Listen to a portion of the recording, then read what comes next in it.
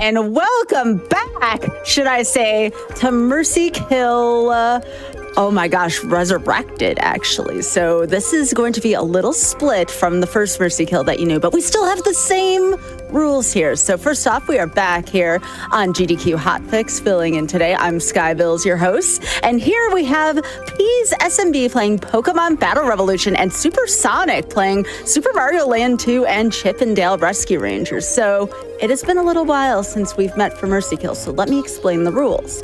The runners set their own estimates, and this is based on how far it's been since they've played the game. I've heard stories during the pre-show that one of our runners hasn't touched one of these games in 4 years. So you know it's going to be good when that happens.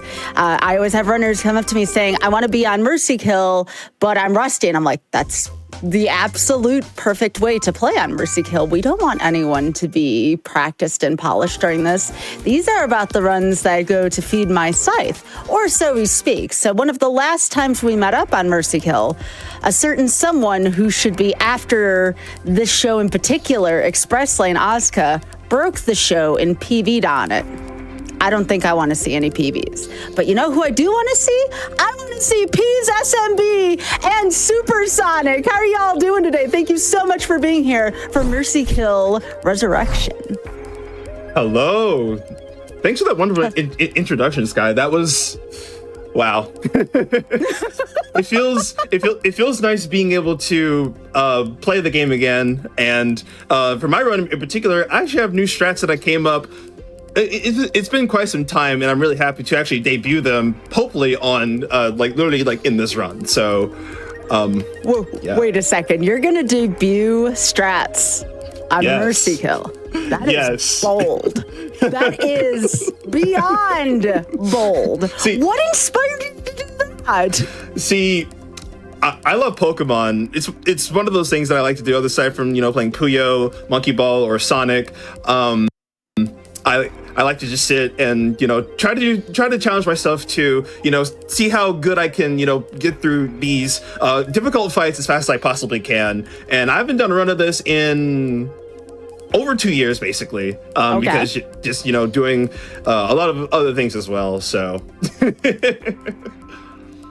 I give you so much credit for trying new strats. And you know what? One of the results of the Mercy Kill experience, as I like to call it, is sometimes runners end up picking back up their games right after. Yep. So I'm interested to see how you feel about the run, whether or not it gets Mercy Killed after this. Like if it's one of those no, I don't want to deal with this again. What am I doing? Or no, this was actually a good life decision. So. Yeah. Now, I don't want to call this out too much, but Supersonic, I had to tease you a little bit. So 4 years, huh? 4 years. 4 years. Yeah, it's a long time. So I assume that is going to be is that for Super Mario Land or is that for Chip and Dale? It's actually both, I think. Oh. That is, if we combine that, that's like 8 years of rust we're dealing with here. That's how that works, right? It compounds, maybe. It's gonna be very rusty. I don't know what to expect once we get to those games, but I can assure you it's gonna be pretty funny. Oh my goodness. Well, we are gonna be talking throughout, but you know what? The gamers out there watching, they demand video games on the Video Game Show. So with that being said, Peas, are you ready to go? Yep, absolutely ready to go. So time's going to start here in 3, 2, 1, go. Yep, all right. I'm starting my timer too here. So again, here on Mercy Kill, y'all, once the estimate is satisfied, and that would be 1 hour and 50 minutes, that's it. The run's over. There is no redemption, only scythe at that point. So we're going to be rooting for you, Peas, against the timer. We're going to be rooting for you. All right. So a little bit about this game. So you are going to hear the Pokemon anime announcer probably talk over me, but he's actually going to be very important for audio cues that I will need. All right. So basically, the main thing for this. Ooh, okay. You know what? Let's see if this works. So this is actually not the right Kyogre. So essentially, the strat that I'll be going for here is for helping hand and actually supposed to be helping hand and water spout on these two. I should. Ooh, that's a quick claw. Will be a fisher. Yep. So this Wormadam is actually gonna it's gonna try and fisher Kyogre there, but thankfully, since we have really good IVs on all these Pokemon here, so this is like Pokemon Stadium. This is more or less a challenge run as opposed to run through the whole game, since it takes around like 4 hours to play through the whole game, which is really interesting to see. So now back to the strats. This is actually not the new strat that I'm talking about here. When you are trying to transfer Pokemon, occasionally you won't be. It'll actually not give you, like the right Pokemon if you do it incorrectly. But it's fine. I think I should be able to helping hand water spout here. So hopefully this Kyogre is scarfed. It should be scarfed. Oh, it is. Okay, it is not. All right. So that means this water spout is going to do not full damage. So, but yeah, that's basically the strat for now. We use the Togekiss to redirect attacks, and we also use Helping Hand to power up said move here. So again, this is going to be a little bit different because this is not the Kyogre that I have to be using, but it's fine. The strats are going to be basically the same thing for the first 3 sets. Set 4 is where things are going to change a little bit, and we'll see how that plays out. So first fight, pretty good. Usually I want to clear them in 2 turns, but 3 turns is honestly fine. All right. So this fight is going to be a little different here. So each AI has different strategies that they like to go for here, but this one, not really sure what they want to do here other than using the move Fling. Good thing I have my notes here. So if you don't know what Fling is, it's a move introduced in Gen 4. You basically throw your item at the Pokemon, and the base power is determined. The base power is determined on the item that was thrown to the Pokemon. So, for example, Fling Iron Ball deals like 120 base power in Gen 4. I believe it's changed over the years. So. Now, the reason why I go for Follow Me here is because the Medicham is going to go for a Fake Out, but it's actually going to hit the Kyogre here. I'm going to be very surprised if this Water Spout KOs the Quagsire here. So this one actually has Damp as opposed to Water Absorb here. With the power of Bulbapedia, I'm able to look at the sets and plan my team accordingly. So my favorite Pokemon of all time is Lucario, and I actually get to use it in this run. But I don't think we'll see it until the end of set 2. All right, so this Pelipper, I don't think this one. Okay, this one does not have a Focus Sash. So here we can just go for Helping Hand, Water Spout. Now, if this was the right Kyogre, this would actually destroy Pelipper in one shot. But we'll see with the power of Helping Hand, and this might have 0 EVs or something. I don't know. I did build this team very quickly with new strats and whatnot. So again, we'll see how it plays out. Tailwind, interesting. I believe I don't remember. I think this Togekiss has Trick as opposed to Extreme Speed. We'll see. Does it have E-Speed? Oh, it does. Nice. Did you say, Pease, that there were going to be audio cues? I want to make sure I'm not doing commentary during that. I was just also very curious about that. You're right. So the audio cues that I'm talking about is whenever I'm using, like, say, a spread move that wipes out that wipes out both Pokemon, I want the announcer to say the red corner lost both of their Pokemon. However, if he says anything but that, like there's usually silence whenever I hit both Pokemon and one of them gets both of them get knocked out. But that's I feel like for now, commentary will be fine. I think when we get to maybe set 4, that's probably when I need to make sure that I hit all my ranges and whatnot. Gotcha. That makes sense. I just had never heard of a Pokemon game, especially a stadium game, having audio cues. That's really interesting. Yeah. The announcer is very useful for all of the Pokemon games there. I think I know why this Kyogre is actually not the right one. So hopefully, so actually, I think how this will go, we're gonna do the first 4 fights and then take a short break. Is that right? Yeah, whenever you feel like it's about midway through the run or so, yeah. Yeah. Ooh, interesting strat here. So they're actually going for swagger onto their computer. Oh, don't outspeed me. Do not outspeed me. Okay, cool. It did outspeed me. So it tries to use swagger and flatter onto the ally Pokemon to increase their attack and special attack respectively. And the reason why I'm not using this is because this Kyogre is supposed to be choice scarfed, which means with that build, it would actually, I think it would reach like 374 or 370 something. Basically, it's supposed to be slower than my Latios, so that I can like quickly set up Ray dances, if need be. Now I should still outspeed both of them.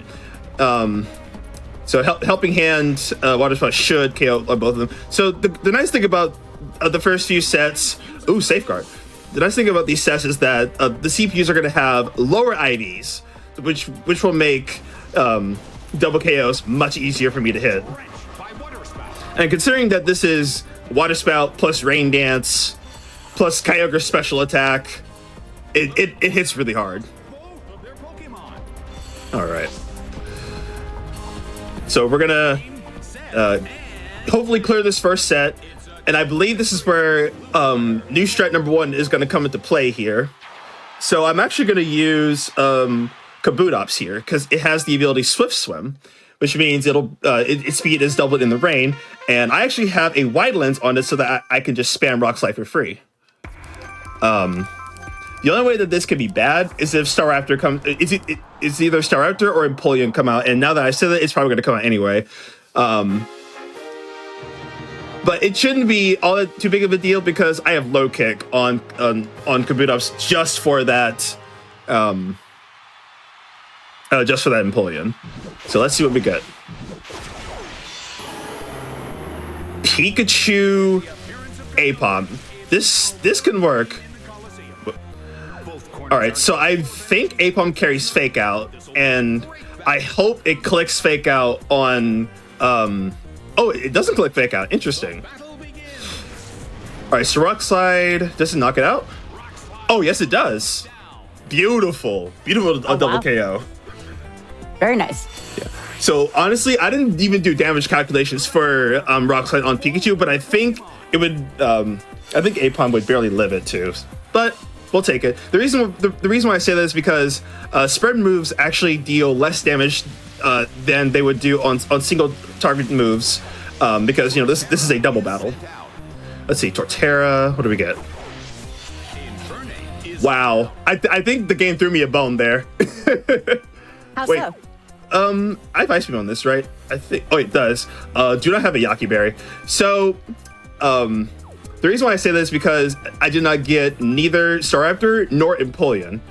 And okay, you know what? That half of a bone. I think Torterra's going to click Earthquake here. So Rock Slide would have not been great to use. Does it have a Yaki Berry? Oh, yes, it does. Okay. So this is a very low chance that I knock out Torterra here. All right, that's fine. Freeze? No, okay. So I think Kabutops goes down here. Oh, okay. You know what? I tried. That's fine. We still win the fight regardless.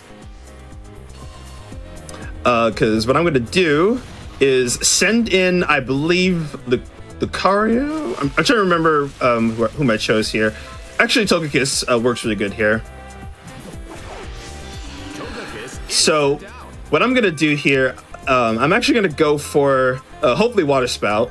And then I'm going to go for Extreme Speed on Torterra so I can actually knock it out. Does it protect? Okay, it doesn't protect. Okay. Nice. All right, and then... Oh, what were you going to say?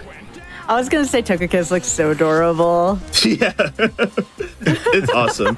Oh, Focus Blast. Oh. Okay, that didn't knock me out. Cool. This is gonna do like a little over half. Oh wow, almost one shot at low HP.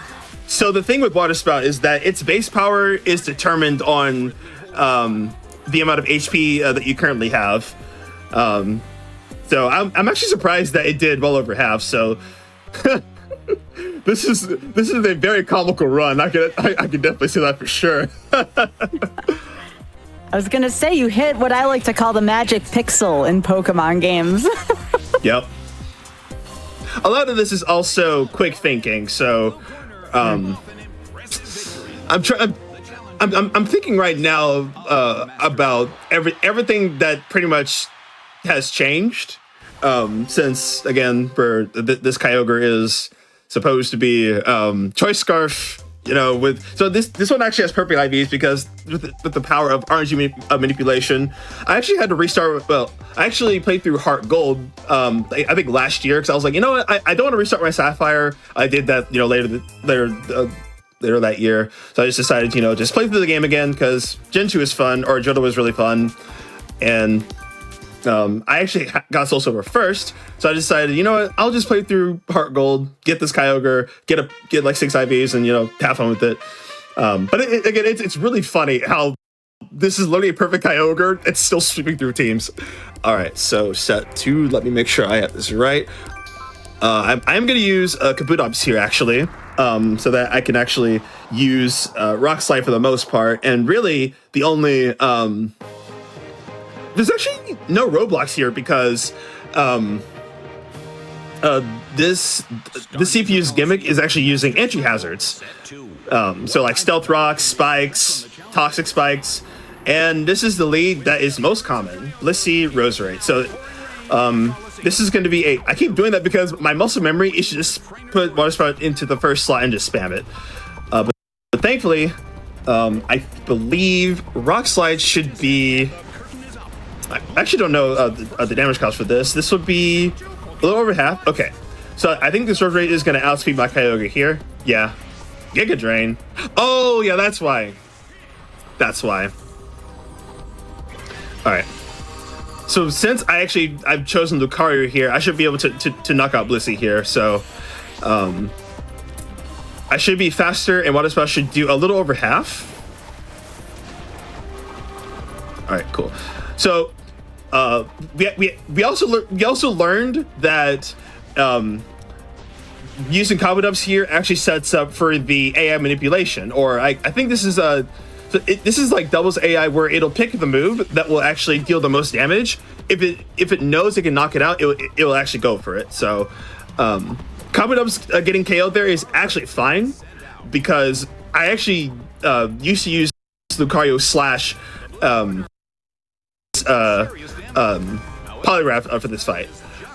I think I'm gonna just play 7, just go for Follow Me. Now that we know that Roserade outspeeds this particular Kyogre here. All right, so it's gonna, yeah. If we get Giga Drain again, since I think because the entry hazards are already set up, it'll actually just start attacking. Either that, or so the CPU knows my HP stat, and it just does damage calculations to itself so that it just picks the right move. So thankfully it didn't go for Toxic Spikes, because Poison is very annoying, but I think the Pokemon that would not be affected by Toxic Spikes, at least in this case, had I, like, you know, swap them in and whatnot. All right, so we got Lopunny. Please be Steelix. Thank you. So the reason why I say Steelix is because I want a free KO. I think Noctowl would have been fine. I don't remember Lopunny's moveset up top of the dome, so we're just gonna Follow Me just in case it goes for anything crazy. Does it, like, I think it knows Brick Break or something? Oh, Substitute, interesting. Okay, so it's gonna break the Substitute, and then I can just knock it out with Close Combat. And I believe this Lucario is naive, so by nature it should have actually outsped the Lopunny there. You know, again, it's really interesting trying to figure out, your speed tier, since speed is possibly the most important stat in Pokemon, especially in a speedrun setting. So we're just going to Aura Sphere. Oh, so this one outspeeds my Lucario. Interesting. All right, so Aura Sphere should knock it out. That's mean. Toxic Orb, crazy. All right. So what does that do as someone who typically plays gens 1 through 3? Oh, switcheroo. So it switches, or wait, a switcheroo or Toxic Orb? Toxic Orb. So Toxic Orb inflicts a bad poison onto the target as opposed to a regular poison, but it activates after the turn has finished. Okay. So it's really good for Pokemon with Guts, which doubles the attacking stat 1 status. All right, so I am really hoping that this new strat works with this, with what I have going here. So I'm actually using Kadabra here to manipulate the AI to hit it with Hydro Pump, as opposed to going for acupressure, protecting, so on and so forth. Ooh, B-Barrel. Let's see. So I think the correct play is to... I'm going to knock out B-Barrel because... So Tentacruel is... So, yeah. Tentacruel goes for Kadabra this turn. Oh, it misses Hydro Pump. Beautiful. Beautiful. So I actually, will this knock it out? Yes, it does. Nice. So if you hear phrases like, drenched by water spout, or like thunder detonates with a boom, earth rotates from the ground, something like that, that means that the move knocked out the Pokemon. Okay, Ambibomb. I had meant to ask you, by the way, how do you feel about doing a Rusty run after you had just done 2 practice runs for Back to Black last weekend? Yeah, it feels a little.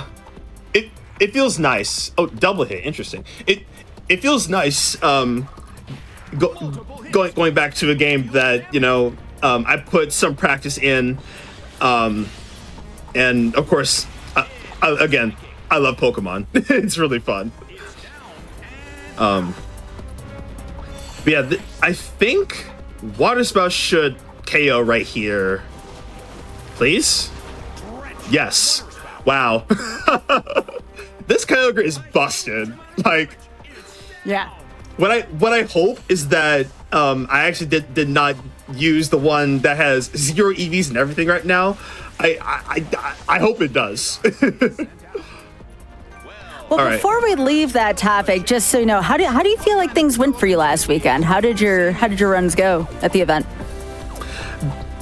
My runs went pretty good, actually. Unfortunately, I did get a little unlucky in Fever, in Pokepop Fever, and then in Sonic, and then in Crossroads. That was where we hit the big milestone, and I'm really happy that everyone's hard work just paid off for the event. Oh, absolutely, yeah. So for folks who didn't know, and you should go see this, Pete's did Puyo Pop and Sonic Racing Cross Worlds, which both of them sounded so incredible, and I'm glad you had a good time playing them. Mm-hmm. All right, so this was fight number 2. I literally just had a thought, and I think it just went outside the brain. But you know what? It doesn't matter because we are done with this fight. Yeah, as Richard said in the chat, you brought them home to $53K for Race Forward. So that's so cool. And we were so happy to have you here, GDQ. And of course, for Back to Black. Yeah. And I just love having any opportunity that I can get to showcase the games that I love. And that's just the most important thing to me. All right. So would you run any of them again, or would you think about, like, I don't know how you feel about this run so far. Would you feel like maybe derusting this and submitting to a future event? Like, how do you feeling so far? I'm 100% submitting this to, I think, future events this year because a little sneak peek as to what I may or may not be cooking up here. the games that I run have anniversaries this year, whether it be 20th, 25th, or 35th in this case, because Sonic and Puyo. So I'm pretty excited to. I have a Monkey Ball game that I want to learn. I think like when I'm finished with literally just all these projects that I'm doing essentially. Ooh, Toxic, interesting. Oh, yeah, I did want to point the attention to this real quick. And I love, again, shout outs to Richard for doing this. Notice how this is the one thing on GDQ, the timer is running backwards. Yeah, we are counting down instead of counting up. So when that timer is done, no matter what happens, whether Peas finishes or not, the run is over. So I just wanted to note the tension behind the timer. Go ahead, Peas. Yeah. Okay. No pressure. This poison, I'm thinking to myself how this will play out because, okay, so Rapidash is gonna outspeed me. I hope she misses Disable since this is, actually wait, watch this trick. This is how we're gonna prevent it from happening. This should knock it out. Yeah, let's go. Let's go, Kabutops. Let's go.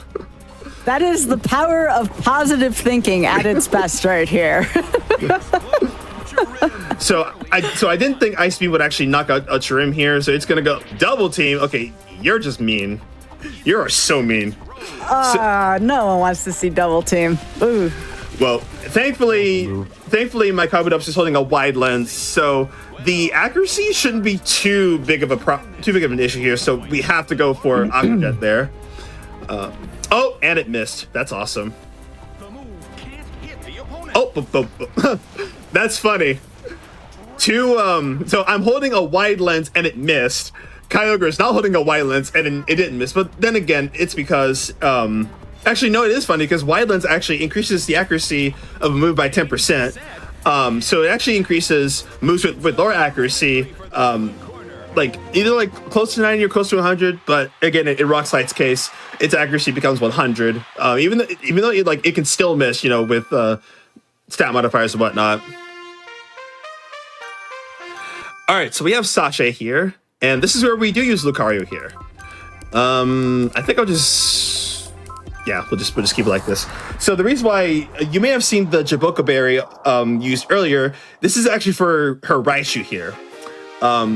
Water Spout is not gonna one-hit KO Spirit Tomb without Helping Hand, at least with this Kyogre. So I need to hope that she leads with like maybe Gengar or Miss Maggie. Raichu. So Raichu has a Focus Sash actually. So what's gonna happen is that Raichu will faint this turn once it gets hit by the Jaboka Berry and Water Spout. So the reason why we follow me here is to redirect its Fake Out. So it actually picks Fake Out specifically for the Kyogre.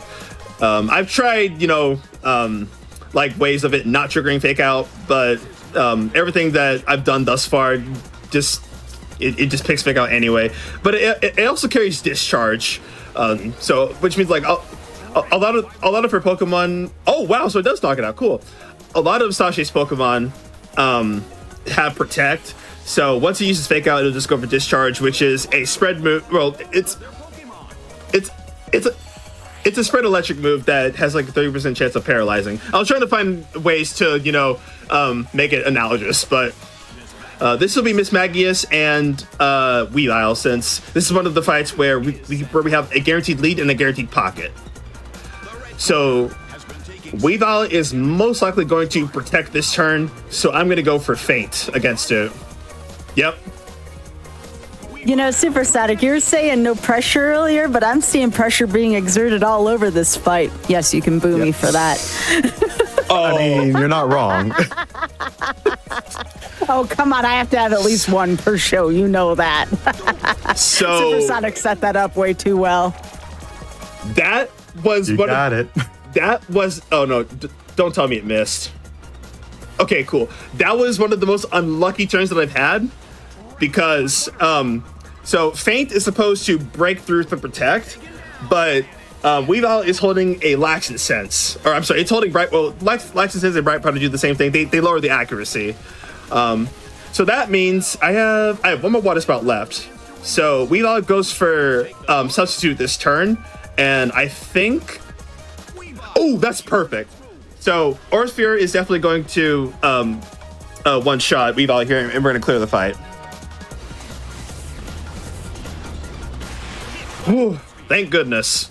That's good. You recovered from that. You kept your calm. Made good decisions. It comes from doing a lot of practice and being put in a situation where it's like, oh wow, I've never dealt with this before, but again, I practiced a lot of this, so even if like this is currently slower than what I would like to be, some of these strats are very much new. Like the covered up strat was pretty much new, and again, it'd be better if my Kyogre was the right one that I put on the team. But again, this is so set 3 is going to be the last time we're going to be using this team, thankfully, and then set 4, hopefully, no shenanigans will happen there. So please, I have to know, when did you start running this game? Did you start running it on the year of release? I started running Battle Revolution around 2022. I've actually had this game since like, fun enough, 2011, because I got my Wii U much later. I think this is what I have to run. Yeah. I got into Pokemon like in 2005, but that's also when I got into like, you know, Monkey Ball and such that. But, you know, as a kid, I didn't really like it at first, but then 4 years later, I played XD again, and I did one of my favorite series of all time. Wait, as a kid, what console did you grow up with, Peas? I grew up with all the 6th gen consoles, so like GameCube, PS2. This is gonna go for a fake out. So yeah, Dreamcast. Yeah. Me and Supersonic just literally collectively crumbled. Yeah. See, I apologize to everyone watching. My Zoomer is coming out. I was gonna say, if the GameCube is your childhood system, oh my. Me and Supersonic back here going, oh yeah, we had the NES, you know? Yep, that's all we had. Well. Oh my gosh, my back just got a little more sore. I think mine cracked or crumbled just now. Oh. Yeah. So, Peas, I gotta know. So, because I never had this experience per se, so you grew up with the GameCube. What did it feel like, assuming that you've done this, when you went back to previous systems like the NES 64, for instance? Yep.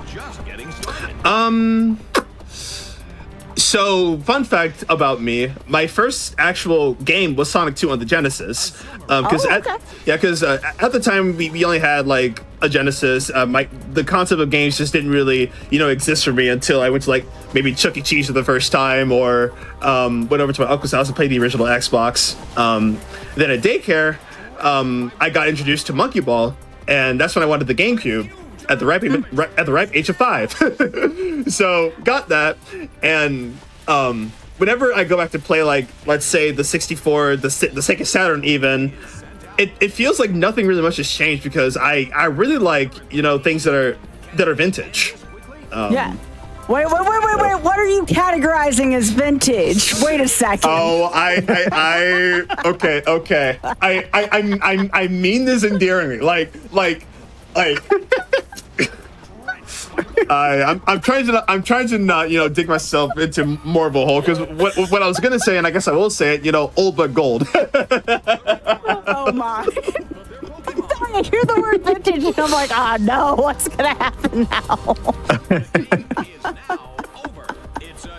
No, because like the thing that would even be remotely close to that for me and Supersonic, for instance, would be Atari. Like, that's the only system I could go back to.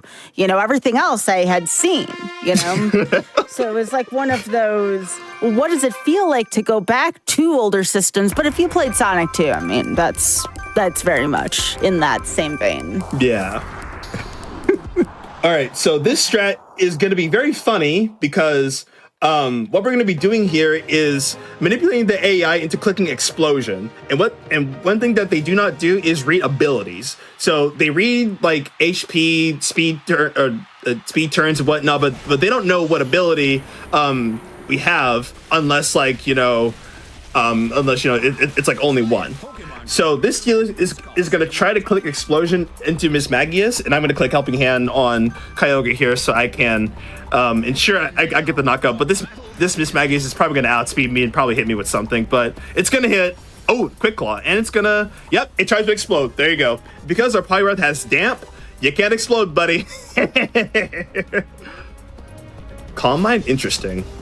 I love your attitude towards these strats. I can hear it in your voice, Peas. You're very passionate about what you're doing here, and I love that. I feel like passion just which leads to motivation, because not many people know of Battle Revolution's existence, or like they know of it, but they never really got to experience it and whatnot. And it's nice, be just playing through these types of games, not so much on the daily, but just every now and then, and just trying to find niche things with pretty cool things. So I'm thinking that Helping Hand Water Spout knocks out Auxiliary, and this is the part that pains me because Auxiliary is one of my favorite Gen 2 Pokemon. The thought of seeing your favorite Pokemon's fading animation, it just pains me sometimes. Drifloon is really cool too, but oh my gosh! By the way, speaking of Pokemon, are you all seeing this Plusle emote in the chat? That's so wholesome. That's so adorable. Yeah, I know where that emote is from too. So quick shout outs to Peak. I see him in the chat, and also shout outs to our good friend Joanna as well. They're both amazing Pokemon content creators and Pokemon just players in their own aspect, really.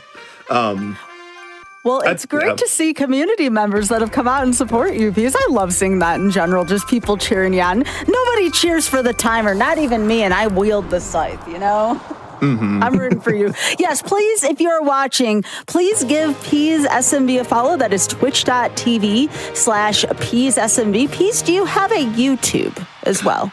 I do. I think if you just look up Peas or just look up any of my GDQ runs, or not GDQ runs, any of my Monkey Ball runs, sorry, you'll be able to find my channel from there. I'm trying something where if I do a run off stream, I try to go back and do post stream commentary, just talk about my thoughts and whatnot. Yeah. It's I usually just use my YouTube to just upload my speedrunning VODs and whatnot. But as I'm trying to ease back into content creation, I want to, try to figure out new things. That's another Quick Claw. 20% chance to activate, by the way. Oh. Yeah, speaking of YouTube, by the way, folks, we're talking about Mercy Kill and how nice of a revisit this has been for Mercy Kill Resurrection. I want to remind you all that you can catch up on past GDQ Hotfix shows and marathons, such as Peas' Back to Black runs, by the way, from this past weekend, at youtube.com/GamesDoneQuick. If you're watching this on YouTube, hello, consider liking, subscribing, or becoming a channel member to support GDQ. And also, again, go watch Peas' past runs on there. I cannot stress that enough. So with that being said, Peas, how are you feeling about things so far with this run? You feel like you're on time, or do you even know if you're on time or not? Because again, it's an older run. It's a rusty run. I want to say I'm behind my current PB by maybe 2 or so minutes because of how many extra turns that I've had to take, due to incorrect strats, let's say. Well, I mean, that's how rusty runs go. So Let me ask you this then, Peas. What is your PB again, if you don't mind me asking? I believe it's like an hour and 30 something minutes. So it's slightly inaccurate too, because I PB'd at an in-person marathon a couple of years ago, and the VOD itself was just never uploaded, so I don't have actual times to really compare it to. So what I currently have on my SRC is definitely not my PB at the moment. I think it's maybe 1 minute give or take, or 1 minute off give or take, but I think here I'm definitely going to be below an hour and 50 minutes, especially with the somewhat new strats. I guess I don't know. I'm more locked in on like making sure I stay under that too, because my adaptation skills are being heavily tested at the moment. Oh, I'm impressed. You're holding a conversation with me in Supersonic. You're able to get your strats, and that's why this is very good for a Rusty run. Be sure to make sure to compliment yourself as this is going on, because I'm very impressed by it. There's a lot of thinking going on in Pokemon. A lot of thinking. Okay, and then this one. So I'm just thinking out loud here. So this Kyogre's Water Splash should get. I should be able to clear this in 2 turns, barring. Actually, yeah, I should clear it in 2 turns because they don't have great special defensive stats. So the Ambipom is going to go for Fake Out, but I'm going to go for Follow Me with Lucario, and I don't think I'll get outsped. If anything, I'll get outsped by probably Medicham. From the blue corner. So this.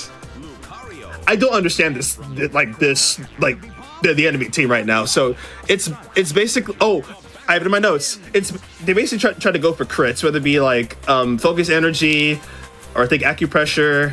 Well, acupressure doesn't do crits, but I think only focus energy. And I don't remember if Lancet Berry was introduced in Gen 4. I think it was, but Swords Dance. See, I have not seen this because count how many times I blame this Kyogre. You said the thing without saying the thing, but you still said the thing. Did you hear that, Supersonic? I heard it, yeah. Oh my god. I'm sorry I had to call you out on that one, please. Goodness gracious. You said that is the a thing. See, there were many things that have not happened before, like with this Kyogre, and the moment I saw the sword, I was like, wait a minute. Yeah. So try to throw a curveball at you with that. Oh yeah, I heard it. You can't get around that. I heard it without hearing it. All right. I've been doing this for a long time. If I were to guess, this Kyogre does not have any speed EVs. Protect. Oh, it's exploding. Oh, am I slower? I am slower. Well, goodbye, Kyogre. Oh, I lose both my Pokemon here. You know what? That's fine, because it's just a 2v1. And I have I believe I chose Kabutops here, so I should be fine. Oh no one wants an exploding skunk. What the? How do you get an exploding skunk? I don't understand Pokemon sometimes. All these newfangled ones. Supersonic, I don't know how many eras of Pokemon you know, but some of this is over my head at least. Yeah, I think I'm pretty familiar with up to Gen 6. Like, I did play a little bit of Gen 7 and some of the later ones, but I don't have too much of a memory of those games. But I'm more of a Gen 2 fan, so yeah, that's my favorite Gen of all time. Fan of Johto. Mm-hmm. Okay, I think Honchro clicks Sucker Punch here. Yes, it does. So it would have hit Sucker Punch into Kabutops there. So my guess as to why it went for Protect Explosion is because Doubles AI was activated there, where the CPU knew of the turn order and essentially went for Explosion, Protect and Explosion that way. If my Kyogre was faster than Skuntank, it would have not went for Explosion. Yeah, I know that off of I guess the other like 3 runs that have actually gotten to finish. So yeah, so that is set 3, and we can finally get off of literally this cursed team and go to I'm almost certain that this one is actually correct. I did put this together very quickly because of, other events that I've had to prepare for and whatnot. And when this guy asked me to do this, I was like, oh my God, yes, I want to do this. So wait, actually, okay. So this is the correct Kyogre. Cool. All right. So this is set 4. This will be the halfway point of the run. And this is going to be cool because we get to see Deoxys. One of my favorite mythicals, and this is Deoxys' attack form. I haven't really like memorized the icons as much as I did in XD, so this first fight here, you may notice that all the Pokemon are dual types, and they actually hold the respective berries to basically weakened times 4 super effective moves. So if my luck is in good shape here, I knock out Mantine with Thunder Punch. So the Waken Berries is going to weaken the power by half. Nice. All right, and next. I like how it just like slowly floated up to Mantine and just like swatted it. Oh yeah. I'm actually glad you mentioned the animation. So what I try to do is actually use special moves, is because what's really nice about this game is that you actually get to see the Pokemon walk up to them and, you know, like throw a punch or whatever. But special moves have lower animation time than physical moves. Of course, it depends on the Pokemon. So we are in really great shape. I hope to see Weavile. Okay, Bastiodon is fine. I hope to see Weavile here. I have such a soft spot for Groudon right now because I almost finished an entire Kaizo Ironmon League run with him. So I'm very, very attached to Groudon. I've grown to like Groudon over the years, to be honest. So I'm going to let Deoxys go down this turn. It's actually faster if I let Deoxys go down here. So low kick is going to one-shot Bastiodon here because it's times for weak 2 fighting. Coming off of Deoxys' monstrous attack stat, and we should go for Night Slash on Deoxys to knock it out, and then Eruption should finish the game here. Someone just mentioned this in chat, and I agree. This game, you know, this is 20 years old. Brace yourself, this game is 20 years old. Yep. It looks really good for 20 years old. Like, really good. Yeah, and like, this is like Genius Sonority's last game that they've made. If I'm not mistaken, it was not this game. That was probably like something different, but I don't remember the exact reason as to why they stopped making stadium games. But it would be really cool to see. Like, I mean, Pokemon Champions is probably the closest thing that we'll get to another stadium game, but I have a soft spot for these really cool animations that we all get to see. And like the Pokemon from the DS get these animations too. It's pretty cool. The other thing I like, and I was talking about this in the pre-show, y'all, because I'm just getting to know Pease still, which I should have been following Pease sooner. Pease is awesome. Pease has this enthusiasm for games that I would like to have one day. Like, Pease is just so into the strategies and what's going on the screen. It's really wholesome, Pease. I'm enjoying it. I appreciate that. Of course. All right. So we have Clefable and Staraptor. This is actually fine because this is a new strat. It's funny to see Kyogre and Groudon on the same team. If you know the lore, you know what I'm talking about.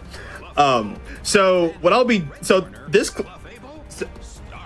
Clefable was actually faster than mine because this one I made like I think last year.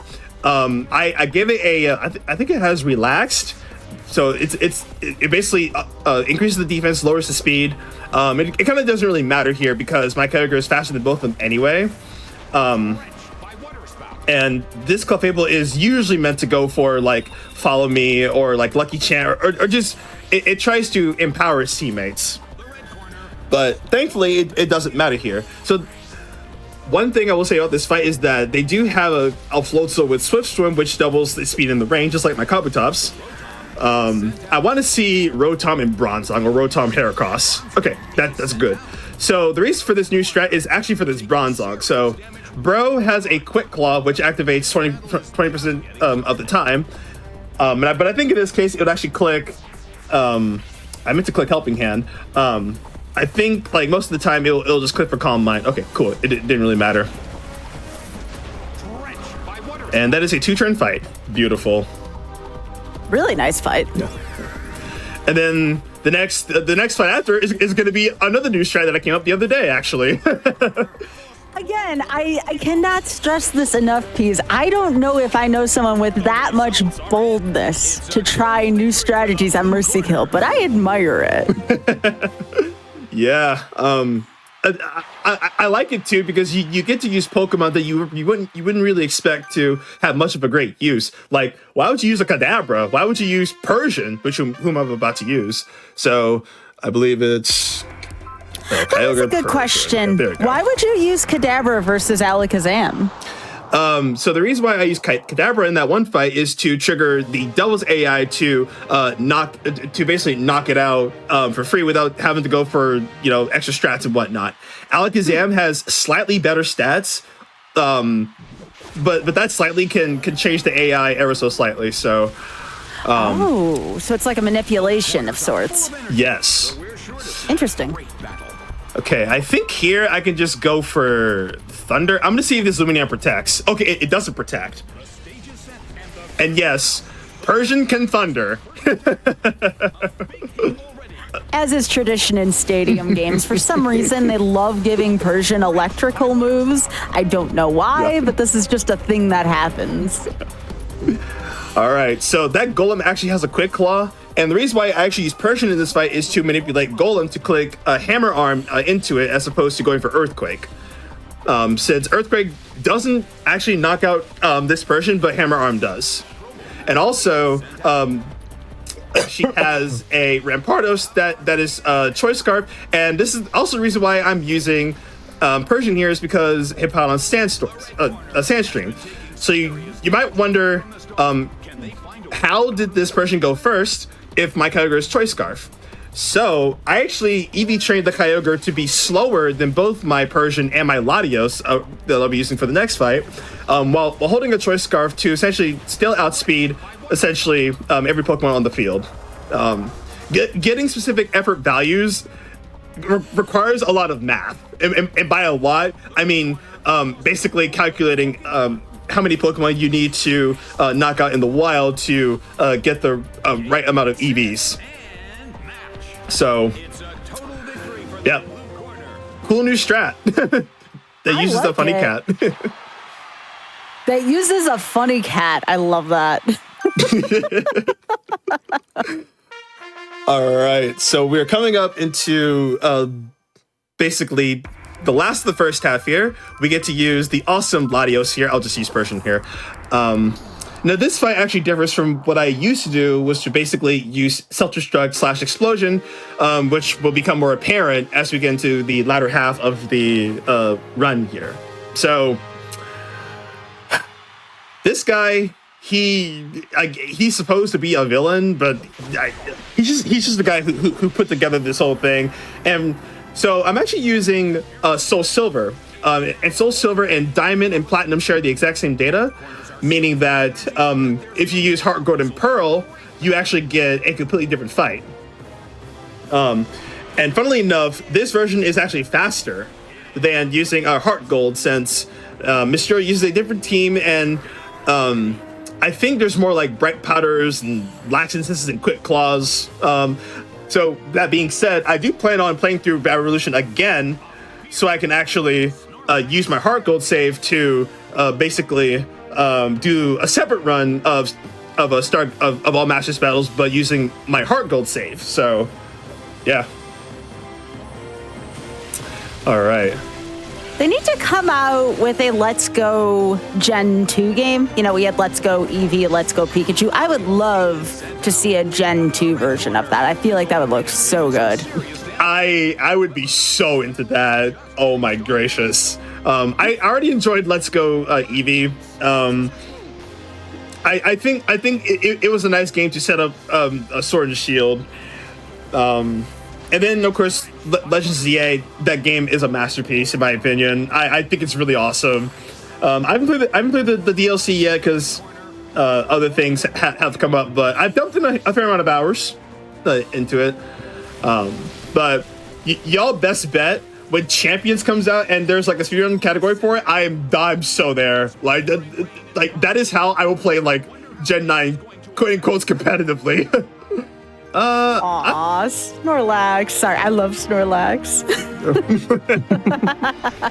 Snorlax is awesome. So we have a quick question from the chat. Someone had asked, are there any limitations on what Pokemon you can use in this game? Right. So there is a species clause for these types of battles where you can't use you can't use 2 Gengar, but you can use a Haunter and a Gengar. You can this is basically no restrictions, but the Pokemon are set to level 50. And that's basically the first half. Now, that being said, the reason why I say the first half is because for some reason, when you clear this, it just triggers credits. And you can obviously skip it, but yeah. All right, would this be a good spot to take a break then? Yes, absolutely. All right, so we'll make sure to get that timer pause for you. Just let Richard know when to pause the timer. Like right here would be perfect. I have to pause. All right. Thank you, Richard. So really quickly here before we go to a break, and always remember to hydrate and stretch, y'all. I want to remind you all, thank you to everyone supporting Games Done Quicker through your subscriptions, gift subs, and bits shared. Your contributions help keep our shows running. If you're enjoying the stream, consider subscribing for exclusive emotes, ad-free viewing, and access to chat during replays. You can also always support the stream by sharing the Games Done Quick channel with your friends. And with that being said, reminder, hydrate, stretch. We'll be right back with Mercy Kill. Welcome back to Mercy Kill. I am here with Peas and Supersonic, and this is Pokemon Battle Revolution. So, Peas, on your count, let us resume this run. You got it. In 3, 2, 1, go. All right, so I have some unfortunate news about that one Kyogre. So, as it turns out, I'm supposed to be using multiple Kyogre for the run, but unfortunately, the game doesn't like it when, I try to make multiple of the same Pokemon. So for the time being, I'm going to be using the other one for most of it. So this might be the perfect Kyogre that I was talking about. But you know what? It's fine. I did do a lot of the things the hard way, like RNG manipulation, having to reset my games and whatnot. It's really hard to get actual competitive ready Pokemon here. So, but the nice rule that I set for myself was to basically, oh, you're not sashed. Oh, that's right. You're not supposed to be sashed. What am I saying? Someone asked, is this a sequel to Stadium? Now, there was one after Stadium 2 before this, right? Wasn't there one on the GameCube? Yeah, so there was, I guess I'll go in order. So Stadium 0, so Japanese, Stadium 1, Stadium 2, Coliseum, XD, Battle Revolution. There you go. And now we have one coming out this year. Yep. Champions. Yeah, it feels like it's been a while though. Again, 20 years here, right? Assuming there was none since this. I guess the closest thing to, literally the closest thing to this game was Pokédex 3D, but that was only you can only see the animations and whatnot. You couldn't actually just battle with them and whatnot. Sure. And not a Stadium game, but has anyone here ever played Pokemon Rumble? I actually have a pretty big nostalgia for that game. I think I played it once. Maybe once. It's super cute. Yeah. I don't think I ever played it. You haven't played it? If you ever do get a chance, I don't know how one would play that nowadays. I guess you'd have to have it downloaded on a Wii, I would think. But the Pokemon, it's so cute. They have the little wind-up keys and stuff like that. Pokemon Rumble was so cute. Mm-hmm. I'd play it again. All right, so that fight, there's not really a real strategy other than Ursaring trying to use a quick feat where it'll use his Toxic Orb to poison itself and to protect. And Smeargle is great because it manipulates the AI to knock it out. So that was slightly a new strat. So the focus is actually going to be on itself, and it's going to be really important for the second Joe fight here. So we get to fight all the Coliseum leaders again, but the IVs are much higher and the AI is much smarter. This is a really good lead. So just not seeing tank growth is good. Granted that Helping Hand Water Sprite is a range, it carries a Quick Claw, and I think this tank growth will click Ancient Power into Togekiss. At least that's what I've gotten through my testing. So it'll either Energy Ball the Kyogre or it will Ancient Power. Regardless, I'm going to click Follow Me if I see a tank growth. But this team is really nice because if you notice, it's basically the evolutions to past gen Pokemon like Gallade, Licky Licky, Magnezone. Speaking of Licky Licky, Licky Licky. That's a name. Yeah. So, was there a rental system in this game? I can't remember. So there is somewhat of a rental system, but you can't actually like pick and choose all 493 Pokemon. Like this game really wants you to buy Diamond, the Gen 4 carts. Mm-hmm. Since the rental passes, they're passable, but they're actually really hard to go through all Masters battles with the rental teams. And as it stands, I'm almost certain that you can clear like the first 7 sets. Set 8 is apparently like impossible with a rental pass. Gotcha. So that's kind of like the round 2. Like round 2 of both stadiums seemed impossible with rentals. Oh yeah. For anyone who had a chance to experience that, if you do, give it a try. But I don't know if I could recommend them, long term. Yeah. Now that I think about it, I probably should have used a Zelfir, but I'm gonna get the same result regardless.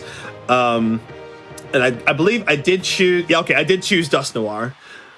So this fight, I love the EV evolutions. Vaporeon is my favorite, and okay, Leafeon is actually fine. So the reason why Vaporeon is really bad for my strat, so I'm spamming Water Spout, and if you know, Vaporeon carries Water Absorb, which means I can't exactly, hit it unless I get rid of its ability, or in Mewtwo's case, I explode. Now you might be wondering, how do you get self-destruct on Mewtwo?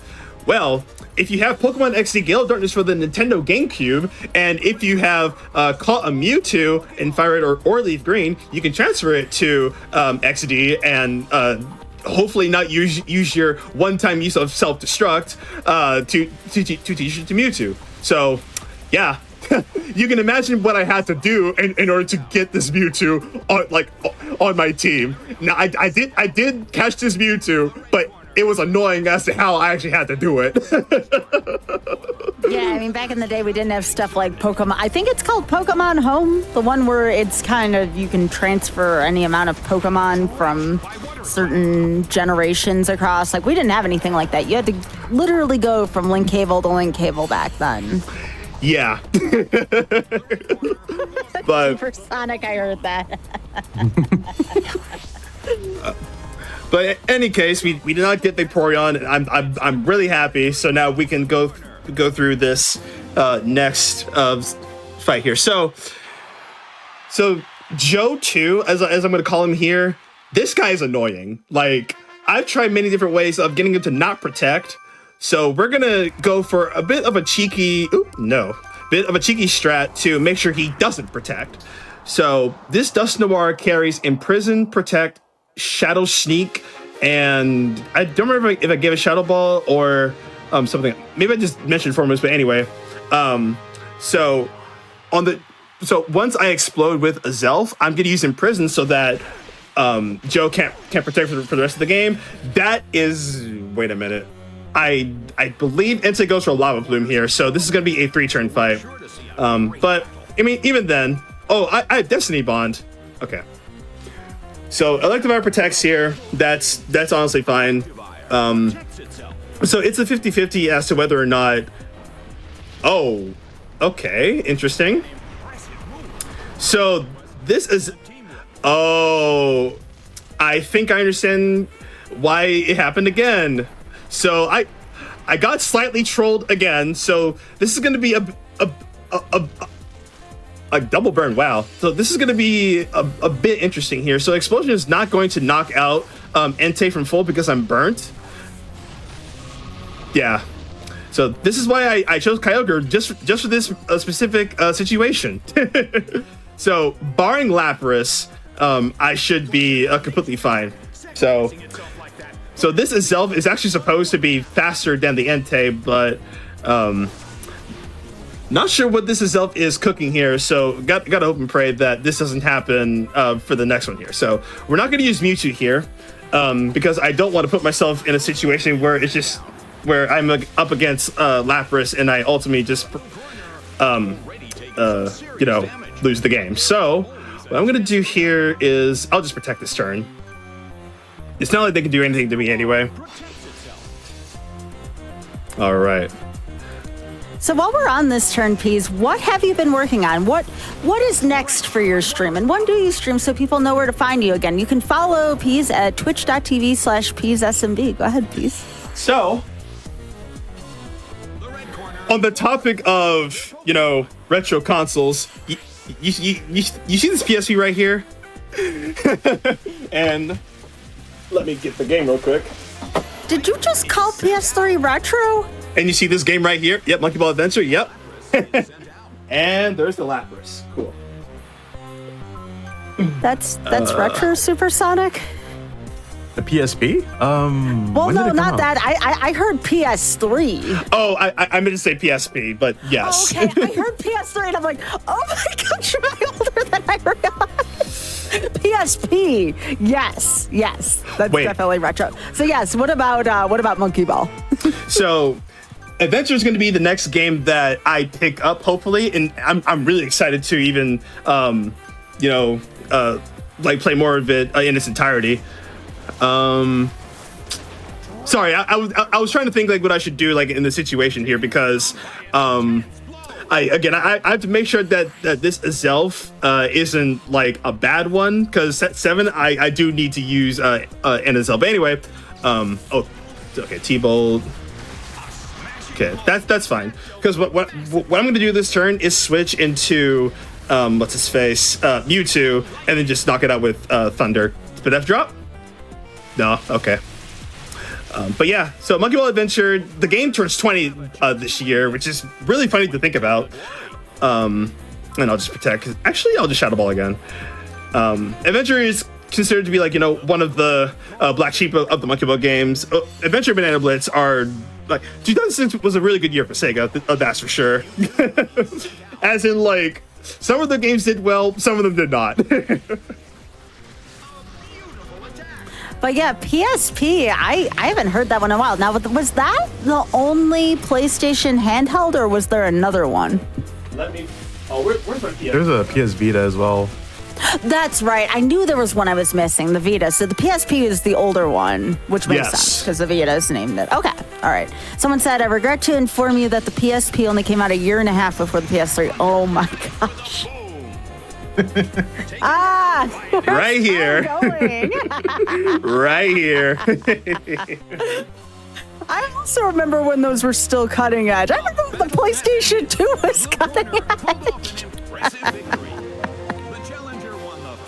Oh my. Oh man. Oh, that's cool. That is a cool PSP. I like that.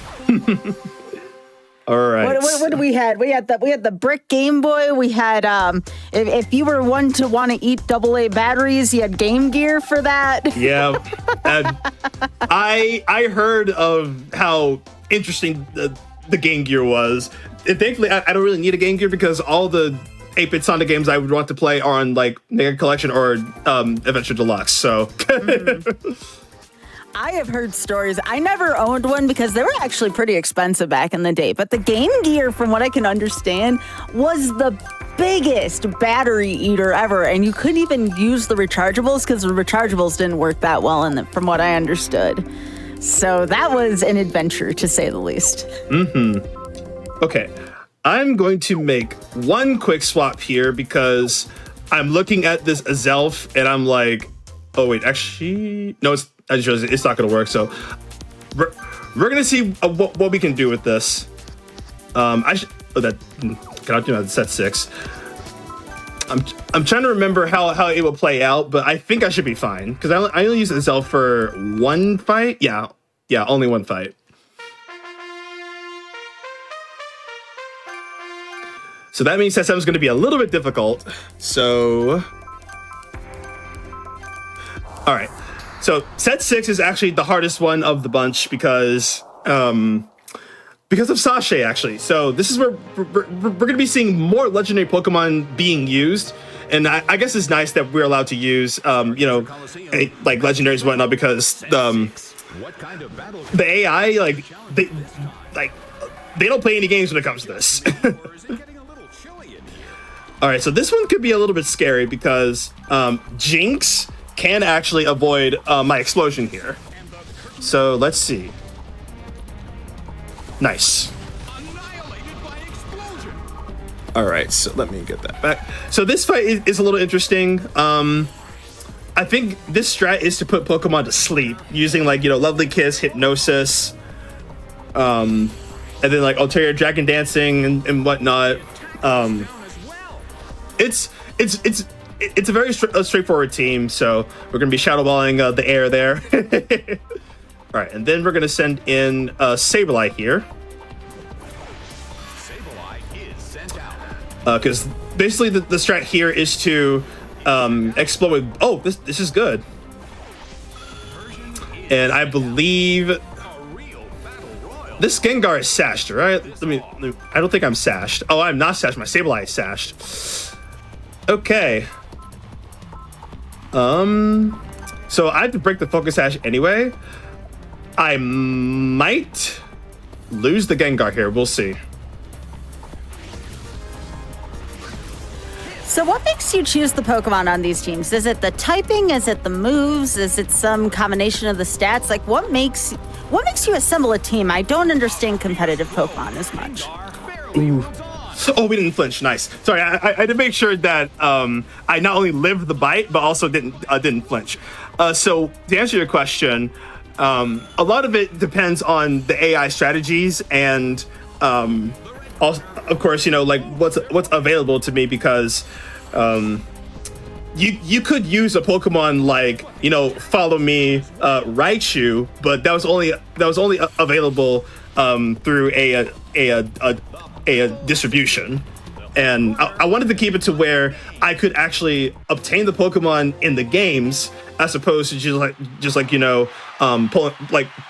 pulling something or I don't know. Maybe there's someone out there who actually has a Follow Me Raichu from all the way from Japan. But again, it's also really hard to. I don't have items on these guys. Oh, I'm about to say, where do my items go? Right. So this strat's going to be a little bit different because I am supposed to have a choice band on this Metagross, but I don't think I put one on. But I should be okay even still. Oh, I meant to choose Glalie, but that's fine. We'll see what happens here. But yeah, so again, a lot of it has to do with the CPUs, what they use, the move sets, accessibility. I think the first time that I ran this, I wanted to go all out, explosion strats, but I realized that was probably not the best way to go. So I'm trying to think what I should do here. So it's going to go for Magnet Rise, and I'm going to predict it to go for Earthquake and go for a Sucker Punch. Okay, it's going for Rock Polish, and this is actually fine. Since my explosion will hopefully knock out Electrode here, but it's not going to knock out Metagross there because I don't have a choice band on. Oh, did I crit? That didn't show a crit on there. Yes, I did. Oh, there it is. Wow, that's poetic. I thought it was for their Electrode. Yeah, so the reason why I was like, did it crit, was because he didn't say annihilated by explosion, he didn't say his usual line whenever only one Pokemon was knocked out. So the fact that I actually knocked it out with a crit, that's awesome. Oh, right. Yeah, that's right. You mentioned something about the announcer saying something. Yeah. So this is good too because Blaziken has a focus sash and Gengar's explosion just knocks them out just regardless. So again, I'm having to think because I'm probably gonna have a 3-turn fight against Sashay. So I'm gonna use all my exploders for that fight as well, since they're a little bit annoying to take out. But since my Metagross is not choice band, I think I'm gonna barely miss the KO on both Registeel and her Deoxys. Spoilers as to what she has, but I'm going to employ a really funny strat if she decides to use Garatina, which is why we have the Sableye for a Foresight. I'll explain more about that as we get into it here. So that fight was pretty good. Fight number 3. I'm trying to think what'll happen because the only way that this could be bad is if she leads Ninetales. So we're gonna go with Sableye, Zelf, Licky, and I'm gonna go with Glalie. So basically, what she tries to do here is she'll basically trap you. Like if it's Wobbuffet, she'll try and trap you and disable your move and force you to struggle. How we're gonna get around that is to basically explode again. And perfect. So we're gonna use the Sableye to basically break Alakazam's protection, and I don't think Explosion is gonna knock out Wobbuffet from full. But even if like I missed the KO on Wobbuffet, it can't go for counter or mirror coat into Sableye. And so we also use Feint on the Alakazam to break its focus sash. I don't think I mentioned that, but and then as we explode, let's see if we get a lucky crit. All right, what's the voice line that I get? Okay, we knocked out Wobbuffet. Let's see if it was a crit. It was not a crit. Cool. So that means I should be in the clear, since the rest of the Pokemon are really slow. But the attacker is down as well. All right, so then I believe I can just use.